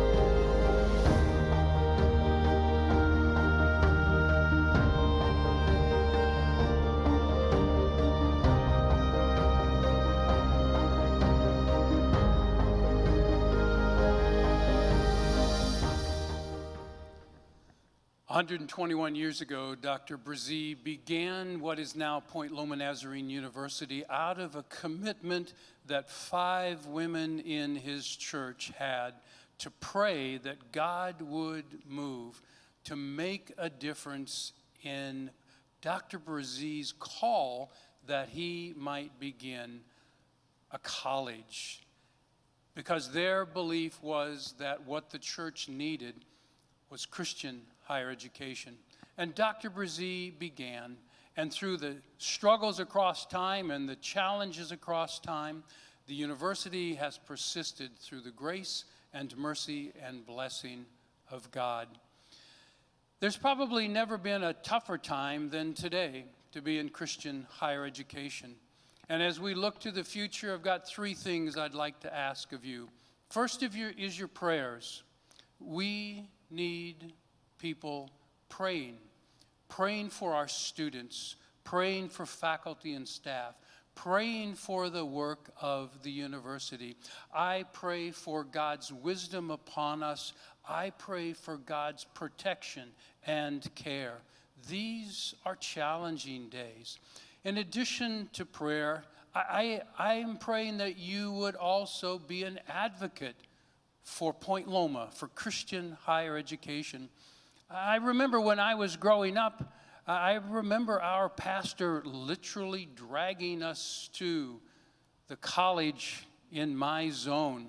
And I kind of had a choice of maybe one as to where I was going to go. There was so much talk about what it meant to be involved in Christian higher education. Advocate in your church, advocate with your youth, advocate for the cause and the purpose of Christian higher education. And then support. We need your support. We need your continued support in giving, in faithfulness, in connecting. Talk and provide opportunities for us to connect. It's a little quick handle of PASS: prayer, advocacy, and support. Pass it on and pray, advocate, and support Point Loma Nazarene University, because it's a transformational difference in the lives of students and in their future. Thank you for the opportunity to be here, to have this time to share with you. Hope you'll connect with Dr. Ron Benefiel and what's going on in the Center for Pastoral Leadership. Pastors, the opportunity to come and spend a week with your family at Point Loma. Ron has that information. This past weekend was a very busy time of service through the ministerial workshop candidate, the program for starting well. We work with pastors in finishing well, and the support through coaching that happens in the Center for Pastoral Leadership. That's a resource for the churches and pastors across the district, and I hope you'll have full opportunity to take advantage of that, so that all that we do, we can partner with you in your ministry for the sake of Christ and all that's going on. God bless you. Thank you for the opportunity.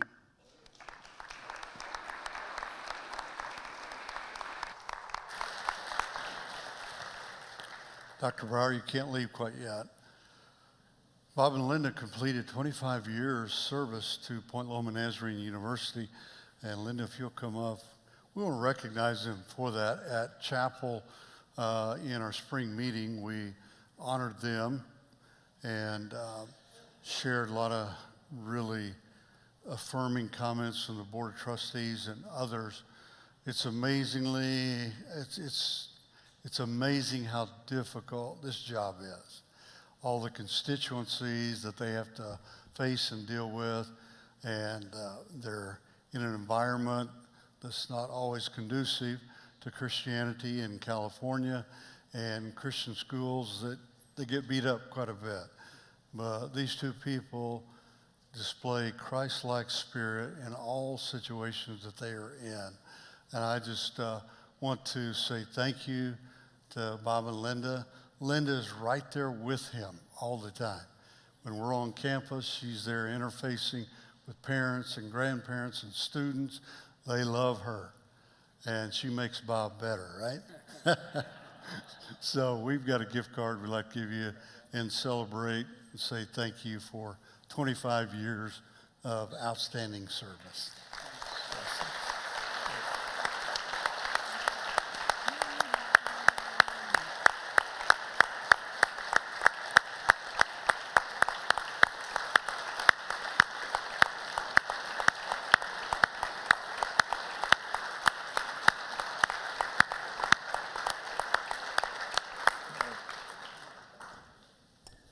Just made me realize that half the time that Point Loma has been at Point Loma, you have been the president. Half of those 50 years. That is amazing. And I just reiterate what you said, what great leaders they are. And we just say thanks be to God. I have a special place in my heart for Bob Brower. He was my freshman communications professor at Mid-America Nazarene University. He does tell people he taught me how to preach and talk in front of people publicly. So thank you so much, and appreciate it, Bob. Oh, all right. We have the report of our NDI president, Clint Augustin. Yep. All right. Pastor Come on Clint up. is our lead pastor at Yuma Desert Grace Church, and agreed to become our new NDI chair a year and a half ago. And he has some update for you and award to present. Well, I would like to say first off, it was about a year ago that you appointed me to be the NDI president, and it was one of those times when, I'm willing to do this. What does it look like? And you said, I don't know, go for it. And so here we go, something like that anyway. And so when I took over, COVID had hit us hard. We had just children's ministries at the time being active, and Tony Henry had just agreed to take over that. So basically, we had a bunch of people who didn't know what they were doing, trying to do our best. And so I spent the last year trying to figure that out. Got to go to the Global Ministry Center and go to the new president's, new NDI president's orientation, which was incredibly helpful for no other reason but that I found out that all of the new NDI presidents didn't know what they were doing, and so I was in good company. Now, why would I tell you this? I would tell you this because I don't know if you have ever felt like you were kind of out in the wilderness. I'm not going to read you my report, it's on page 33, but if you've ever found yourself out in the wilderness, and then you begin to wonder, what exactly is Nazarene Discipleship International, and what do we as a district want to do for Nazarene Discipleship International? We want to come alongside of you. Whether you find yourself in the midst of the wilderness or whether you think you have everything all together, we want to resource you. So you've already heard a couple of reports that talked about the Ministry Safe. Tony Henry did a lot of the legwork for us on that one. If you as a church do not have a Ministry Safe account, there's no reason for you not to have one. You have free access. You can talk to me. You can talk to Tony Henry. You can email us at, this is really difficult, NDI, that stands for Nazarene Discipleship International. You writing this down? At arizonadistrict.org, okay?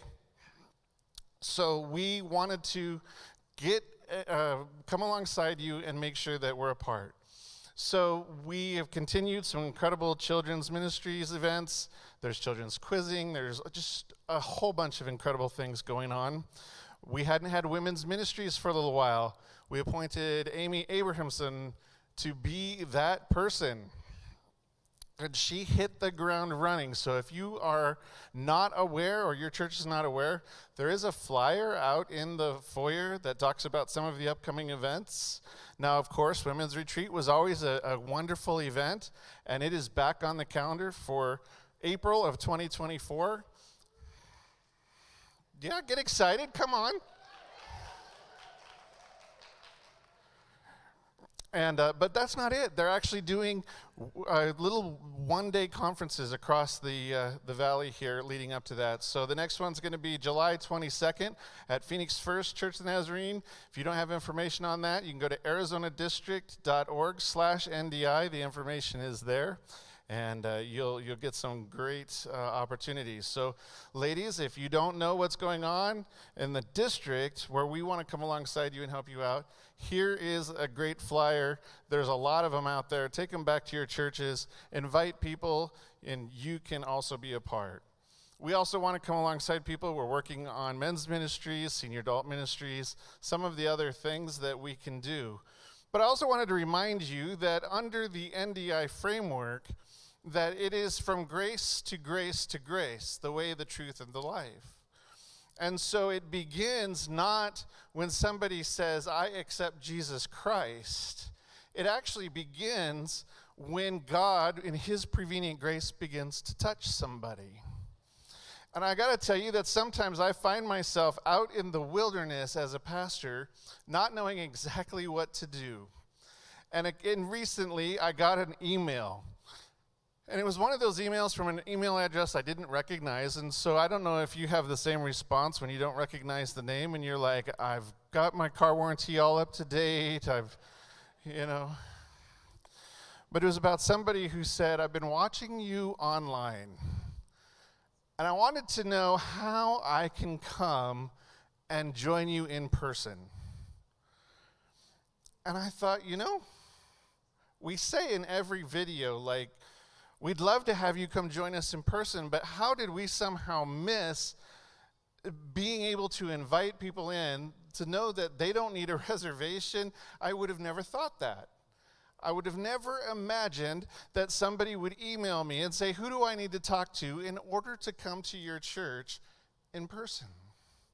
And I thought about this, and I thought about NDI and how God is at work, and sometimes we're not thinking about some of these things that the world has changed so much that we just assume that the doors are open and that we've been online and we've been telling people, hey, come on down, and they'll just come. So if you don't know what it means to have children's ministries in your church or to have vibrant children's ministries, or you're feeling in the wilderness about that, I really do invite you to write that email I told you about, ndi@arizona.org, and we will come alongside you. If you don't know how to create a women's ministries in your church, email us. We'll come alongside you. If you want to be on the other side of that and help us to resource churches, same email address. We would love to hear from you and to hear how you'd like to help. We don't want anyone of our churches on our district to feel like they're alone. And so that's what NDI wants to do for you. We also want to create a new tradition this district assembly. You may or may not know that there's something called the Second Mile Award that NDI, Nazarene Discipleship International, can give out. And this is for somebody who's gone above and beyond what normally would be required of just coming to church or just being a Christ follower, somebody that's really made a difference. So we didn't have an opportunity to really reach out and say, we need a bunch of names of people. So we asked around and as a committee said, what should we, who comes up to mind as somebody who has really gone the second mile? And the name that came up, I said, that's a familiar name. Someone who's been really impacting lives for a long time. In fact, I know that my son, who, I don't want to say it, he's now 23. This person had been a children's camp director when he went to children's camp and had a significant impact on him. And so that was the name that ultimately we said our first Second Mile Award should go to. So if you don't already know who you are, Frankie Fugate, would you please come forward?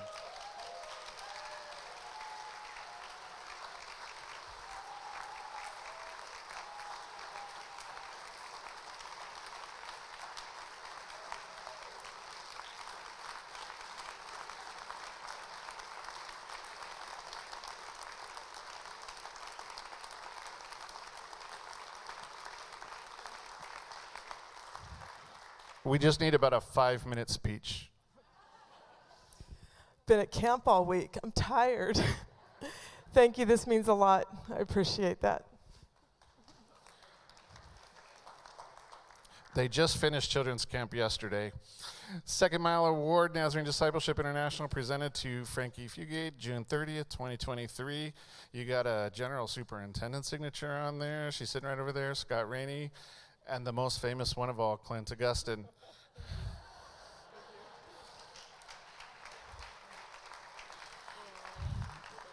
You also get this. Somebody taking pictures?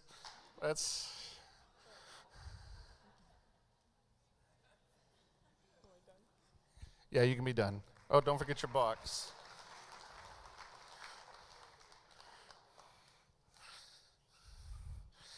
Thank you so much for electing me to another 2-year term, I think.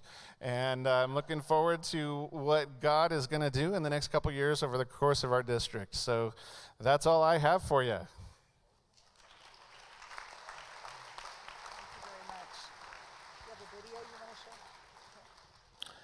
We have another video we'd like to show. It's a roundtable discussion with our church planters, some of our church planters, and Restart pastors. So take a look at the screen.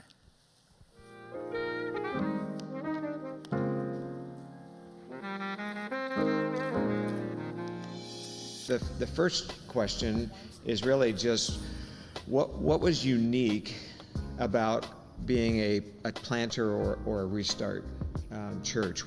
How does that look different than other churches, traditional kind of structure churches, and how has it looked in your setting?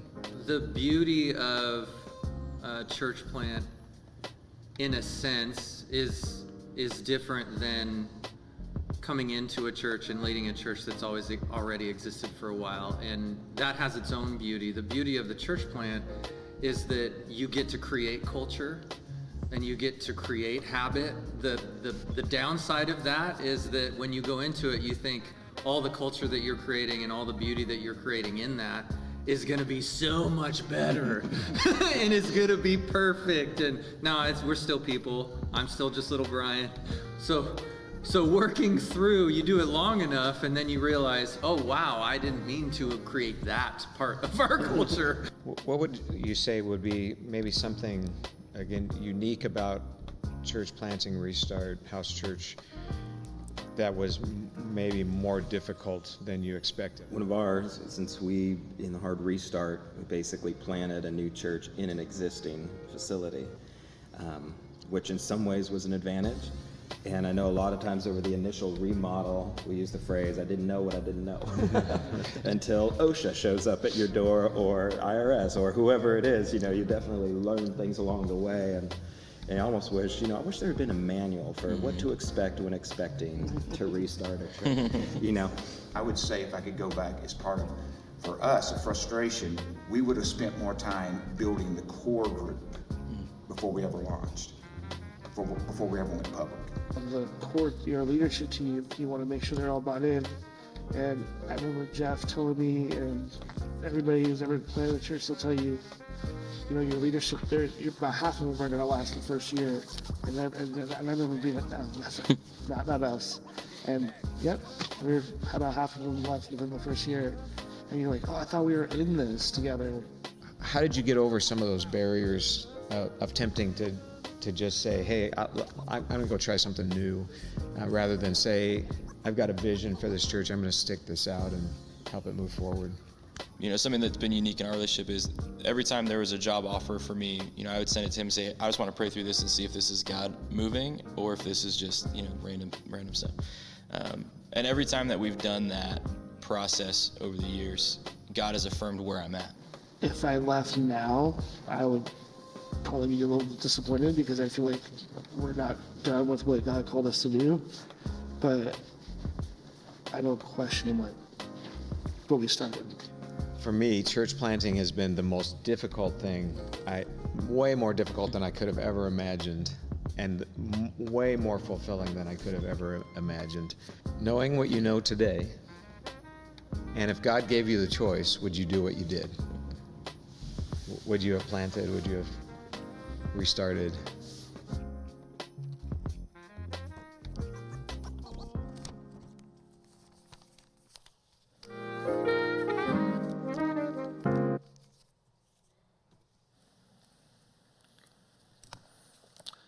There is a fuller version of that on our website. If you'd like to see that, you can go and see the extended version of that. Some good conversation there. So, thanks to Matt and his team for putting all that together. One of the memoirs? You bet. We have another video to show you. Memoirs and people of the past from last assembly to this, we want to honor. And so we'll roll that video. Tis so sweet to trust in Jesus, just to take Him at His word, just to rest upon His promise, just to know, thus saith the 'tis so sweet to trust in Jesus, just from sin and self to cease, just from Jesus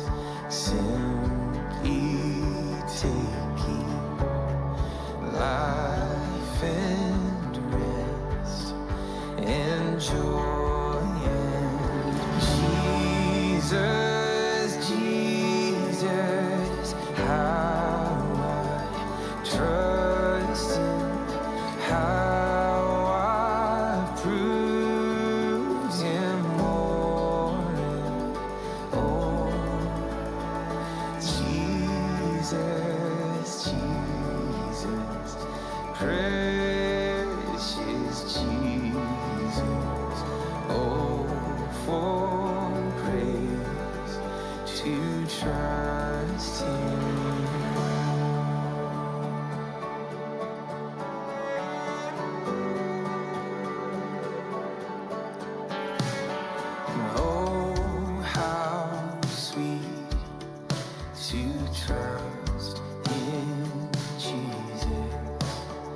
just to trust His cleansing blood, and in simple faith to plunge me 'neath the healing, cleansing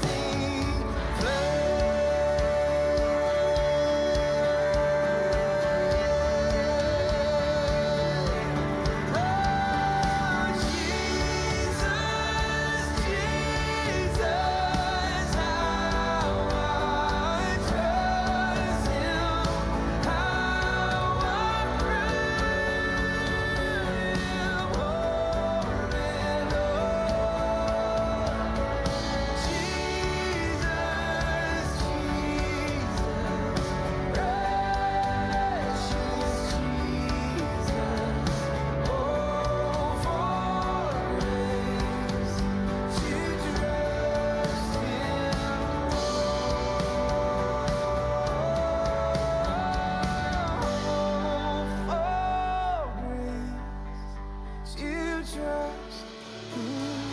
I'm so glad I learned to trust Thee, precious Jesus, Savior, friend, and I know that Thou art with me, will be with me till the end.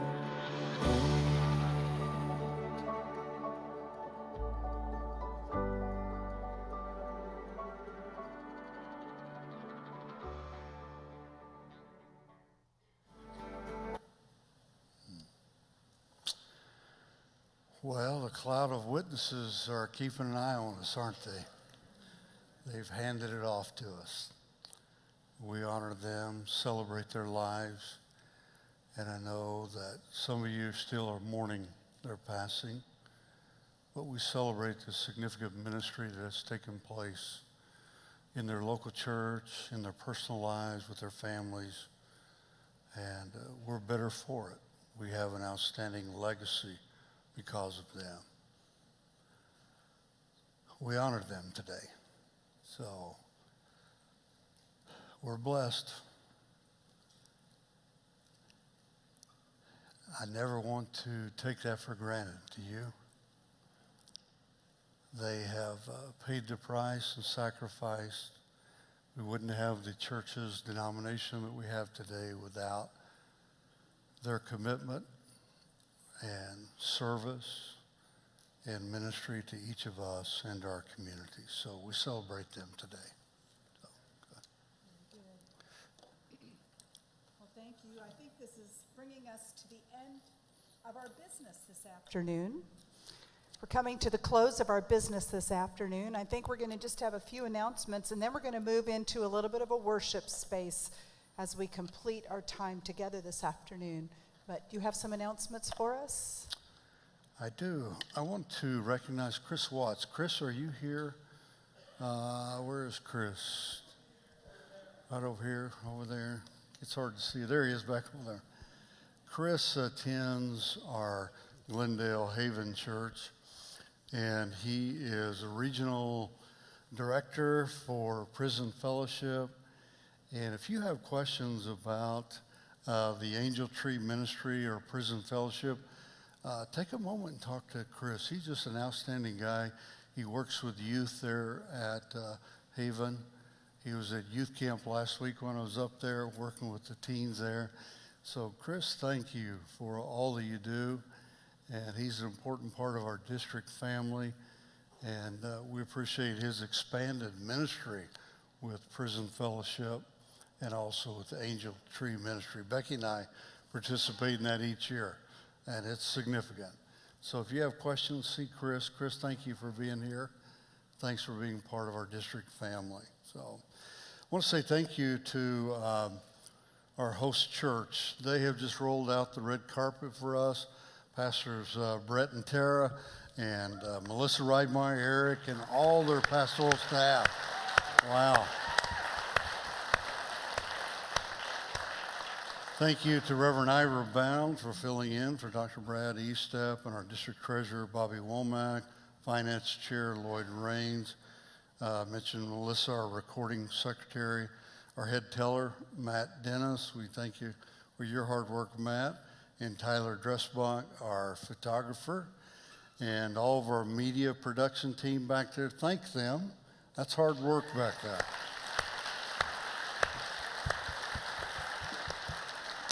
And thank you to our district office staff, to Pastor Will Robinson, and tonight you'll have Charlotte Guthart, if I pronounce that correctly. She'll be leading our worship in the ordination service since Pastor Will be getting ordained. And of course, thank you to our General Superintendent, Dr. Carla Sundberg, for her leadership. It's a team effort. We couldn't get it done without you. Thank you to everyone. And thanks for all of you that are serving so faithfully in your local churches. We don't have another church other than local church. You're getting it done there. And so thank you for your hard work and sacrifice. So, Dr. Sundberg, that's it. If I was going to hang around a few more years, I think I could get this down to a half day, but we'll see. All right. Any other announcements? It's important that if you are coming back, and we hope you all do the ordination service, do not leave anything in the worship center in the time between now and then, because they're going to be cleaning. So take everything with you. All right, we're going to now go into a little bit of time of worship, and I have a few more words to share with you before we go this afternoon. But let's just take time to kind of settle our hearts and focus on the Lord.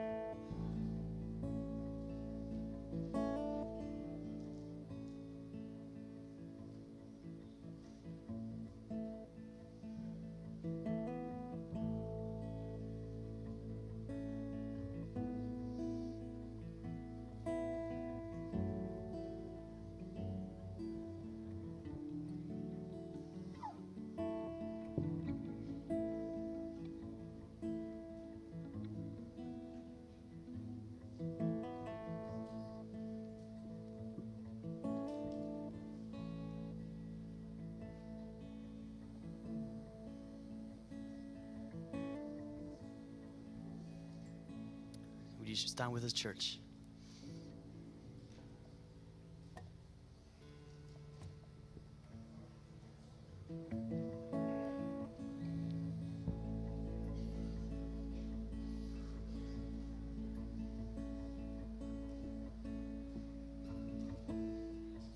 I cast my mind to Calvary, where Jesus bled and died for me. I see his wounds, his hands, his feet, my Savior on that cursed tree. His body bound and drenched in tears, they laid him down in Joseph's tomb, the entrance sealed by heavy stone, Messiah still and all alone. Oh, praise the name of the Lord our God. Oh, praise his name forevermore. For endless days we will sing your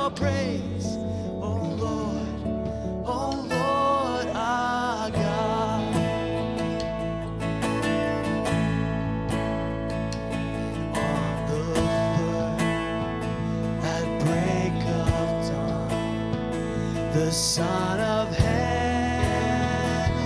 rose again.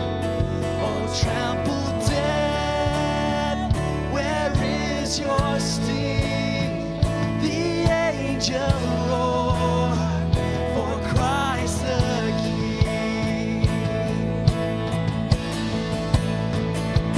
Oh, praise the name of the Lord our God. Oh, praise His name forevermore. For endless days we will sing your praise. Oh Lord our God. Oh, praise the name. Oh, praise the name of the Lord our God. Oh, praise His name forevermore. For endless days we will sing your praise. Oh Lord our God.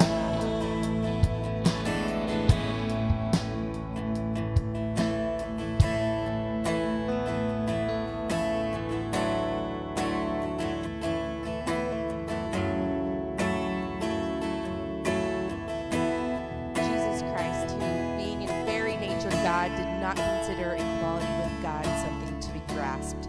Rather, he made himself nothing, taking the very nature of a servant, being made in human likeness. And being found in appearance as a man, he humbled himself and became obedient to death, even death on a cross. Therefore, God exalted him to the highest place and gave him the name that is above every name, that at the name of Jesus, every knee should bow in heaven and on earth and under the earth, and every tongue acknowledge that Jesus Christ is Lord. Oh, praise the name. Oh, praise the name of the Lord our God. Oh, praise His name forevermore.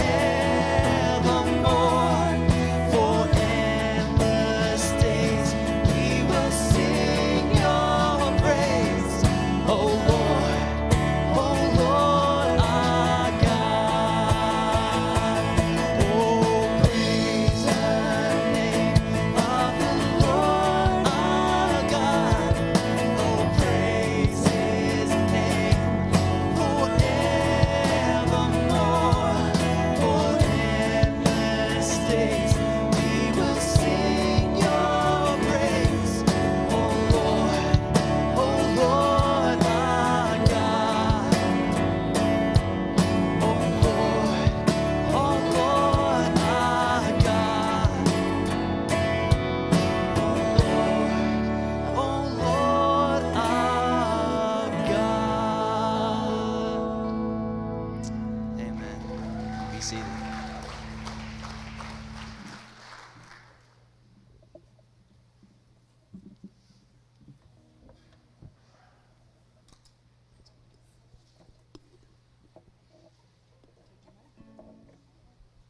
Good morning.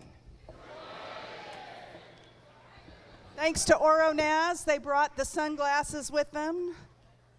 These are the sunglasses from General Assembly. If you weren't there, you missed out. They say good morning, and they got the symbol of the Church of the Nazarene on them. Good morning. Phineas Brzee used to say, it's always morning in the Church of the Nazarene. He went on to say, the sun never goes down in the morning. Thus, the sun of the Church of the Nazarene is just above the horizon. He said, it's always dawn. Those are good words for us, aren't they? We've just come from General Assembly, and I just thought for a few minutes before we go this afternoon, I want to give you a little bit of an update from the church and from General Assembly. After 6 years, it was wonderful to be back together. I think we realized why we think it's important to have General Assembly every 4 years. As a matter of fact, we had a resolution to move it to 5 years, and it was voted down. I think we realized that when we don't get together often enough, There's a lot of family collective memory that is lost. But this General Assembly, we weren't sure whether we would have our delegates from around the world. Would they be able to make it? Would they be there? We ended up with just a little more than 1,000 delegates on site, the most delegates we've ever had at General Assembly. And so thanks be to God, it worked out. Again, there was such joy at being together. People, you could hardly walk through the halls because we were just all hugging one another. I think we shared a lot of germs and many of us came home sick, but boy, it was great to be together. We had worship services together. And let me just tell you, if you weren't there, the Spirit of the Lord was there. And you know, in a season where we might be afraid and wonder what's happening in the life of the church, we need to remember this is not our church. And as we were heading into General Assembly and I was praying about the General Assembly, the Lord reminded me over and over again, I just kept hearing the words trust. Trust me. Because God says to trust in Him, and we have to hold lightly to these things. They're not for us to control. This is still God's church, and God wants to do what God wants to do through the Church of the Nazarene. And I think that's a reminder that we are a holiness church. We preach this message of holiness, and it's why we believe it's always dawn, because we believe in the transformational power of the Holy Spirit to break in to the darkness of this world and transform lives. That's a great message for us to be preaching. We had a great prayer room at General Assembly. And I was amazed. I got to spend a little bit of time up in that prayer room, and the prayer room overlooked the hall. There was a window there. And from where I was sitting up on the platform, I could look up and I could see people while we were doing business. There were people in that room praying, literally with their hands on the glass, praying for God's holy presence to come. We had 100 people come from Papua New Guinea. That's incredible. They weren't all delegates, and they said to me, we came because we had to pray. And they gathered in that prayer room, and they prayed, and they prayed. We did business, and sometimes when we do business, we're not always that pretty. There's some reality to that. And you know, we kind of struggled a little bit. We hadn't been together. And I think it's a great reminder. I know we live in a day and time when we can do so much virtually, but there's something different that happens when we get into the same space together. And we look one another in the eye, or we shake one another's hands, or we have to hug one another. And God begins to do a work among us. And I think that's something we need to remember for the local church. We need to be together as people, human beings. We need to be in one another's presence. Well, some of the work that we did was we passed a new covenant of Christian conduct, the first paragraph on the Christian life. And I think if you would look at that, I'm going to just encourage you to look at it because I think it's an incredible discipleship piece. You see, it invites us into a life of discipleship. Get it, teach it, talk through it with your people. It's a lot less like the old one of we don't smoke and we don't chew and we don't go with girls that do.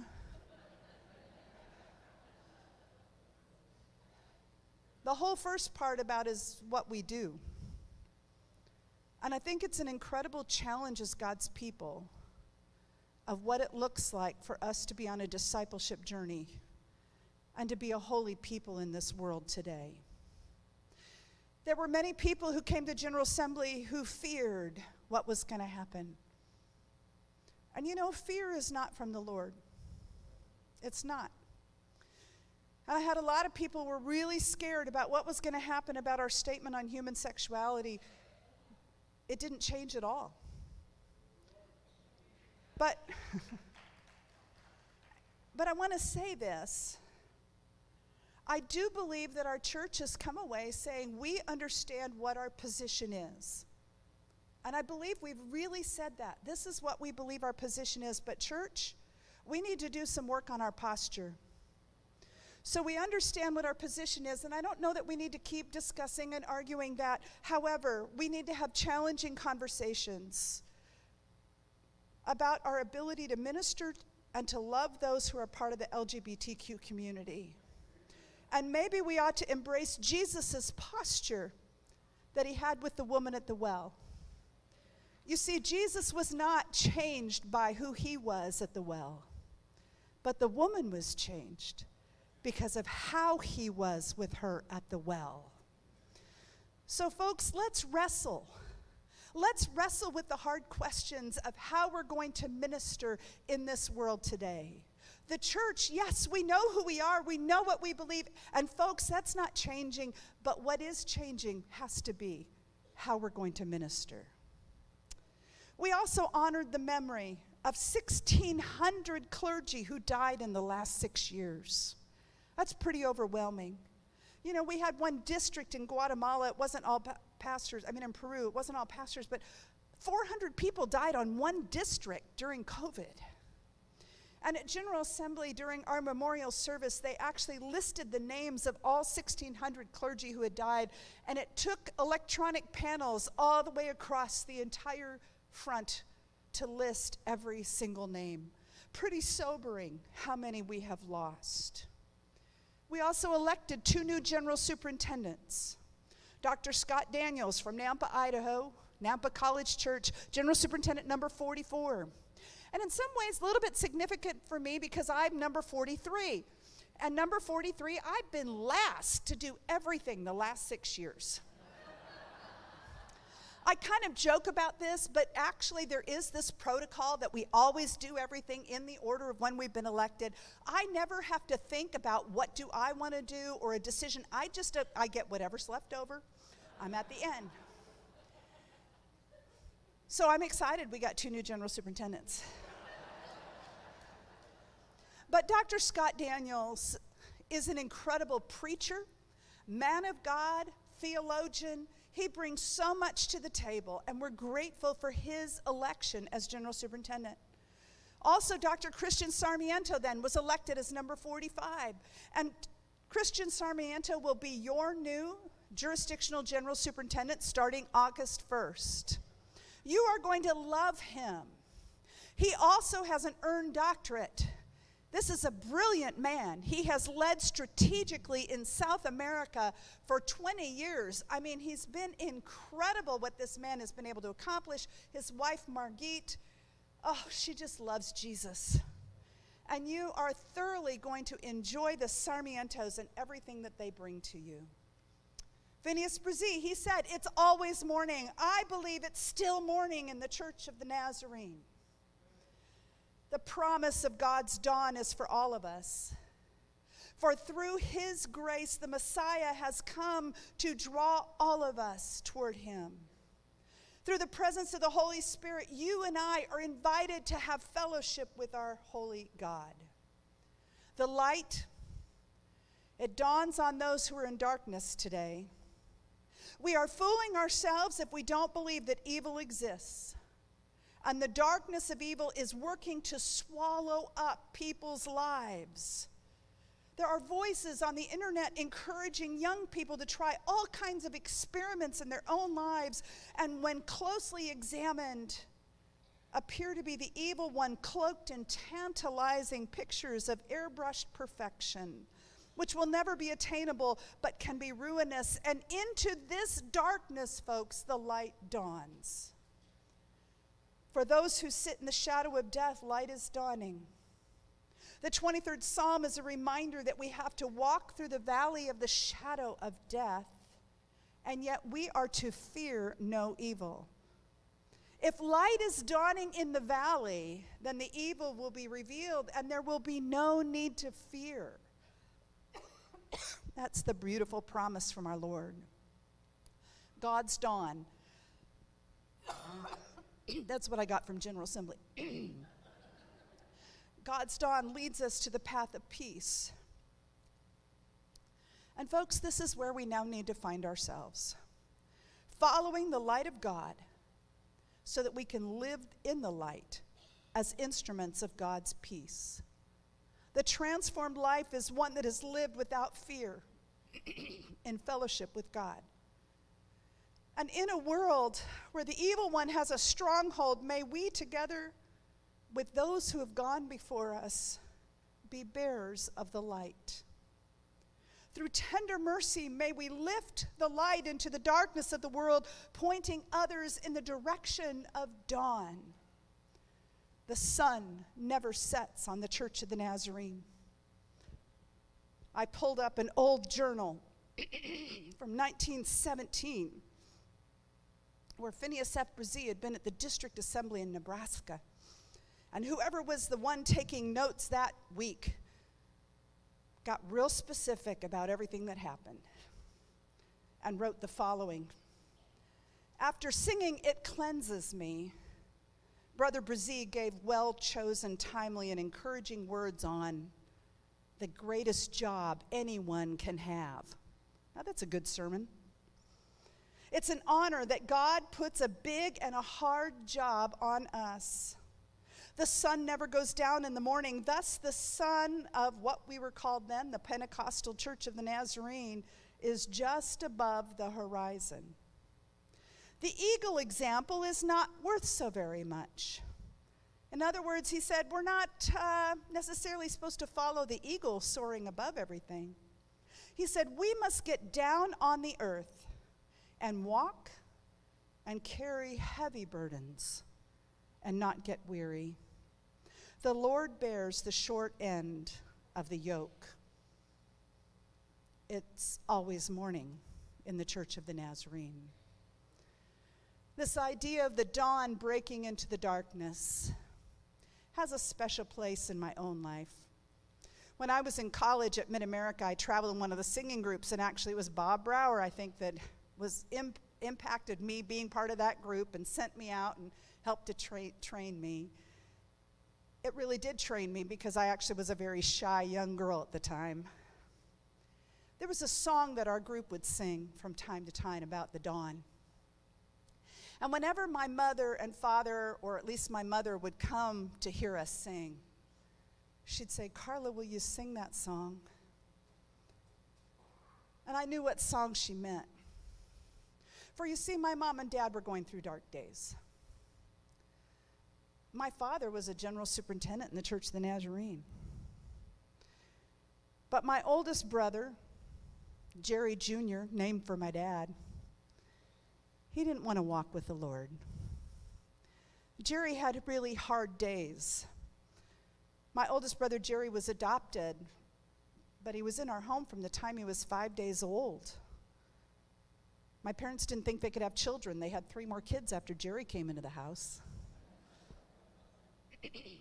And we all loved Jerry. Jerry was my dear, sweet brother. But Jerry struggled. And one day, when he was about 11 years old, he went over to somebody's house from the church, and they told him, you know, your parents don't love you as much as they do the other children because you're adopted. And my parents had told him he was adopted, but he came running home to my mom that day and said, what's the story?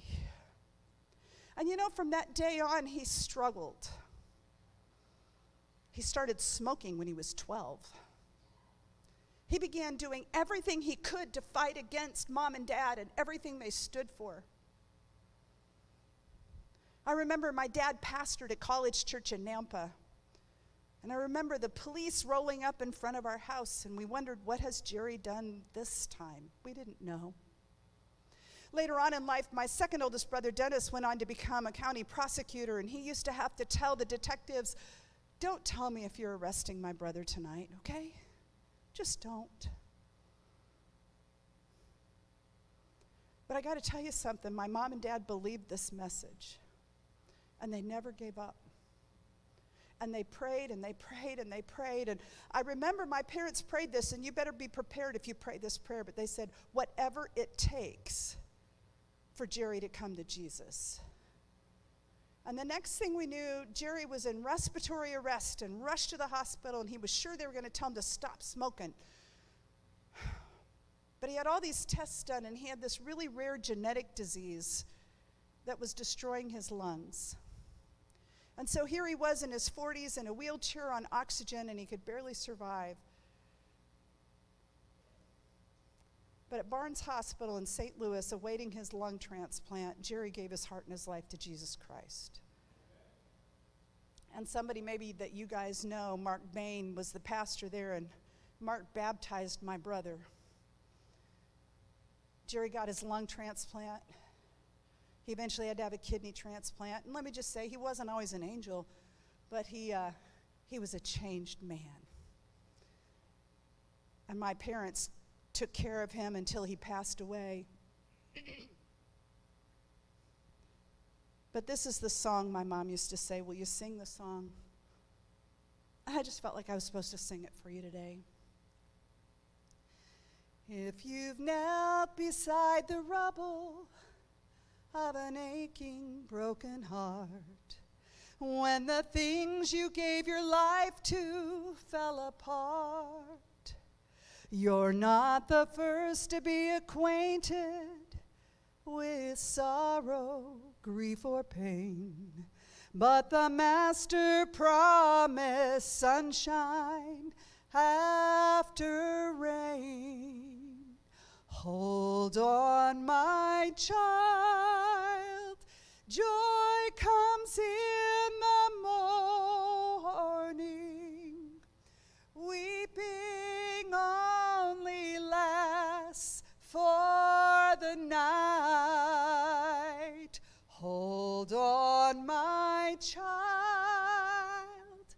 joy comes in the morning. The darkest hour means dawn is just in sight. Sing it with me.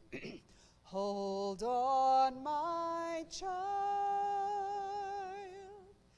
joy comes in the morning. Weeping only lasts for the night. Hold on, my child, joy comes in the morning. The darkest hour means dawn is just in sight. Good morning. It's always morning in the Church of the Nazarene. The musicians are going to come. We're going to sing. Let's praise our Jesus, the King of Kings, who promises us that it's still dawn. The light is breaking into our darkness. Good morning.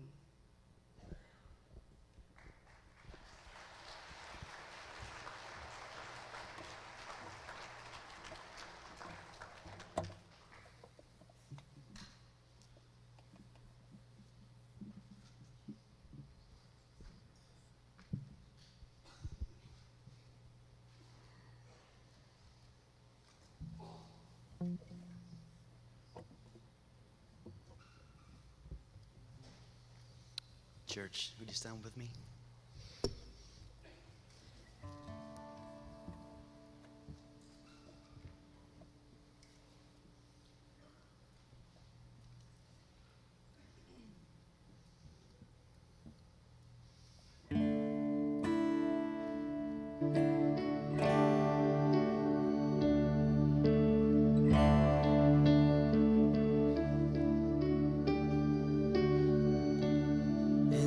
Darkness, we were waiting without hope, without light, till from heaven you came running. There was mercy in your eyes to fulfill the law and prophets. To a virgin came the word from the throne of endless glory to a cradle in the dirt.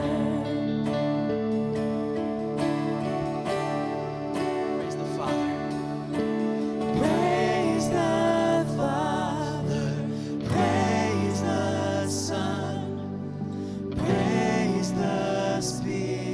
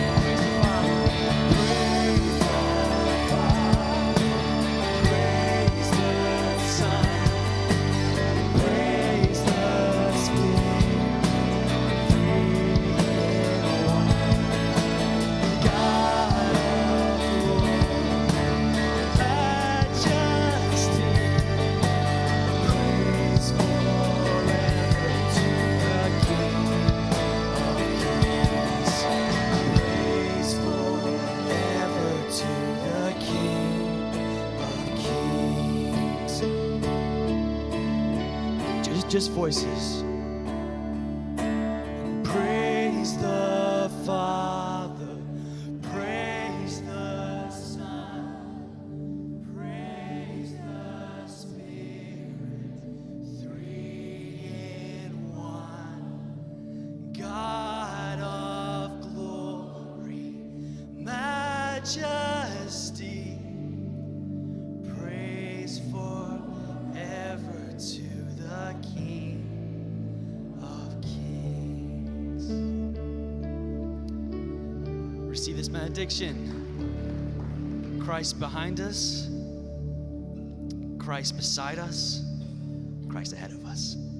Go in peace. I'll see you at 6.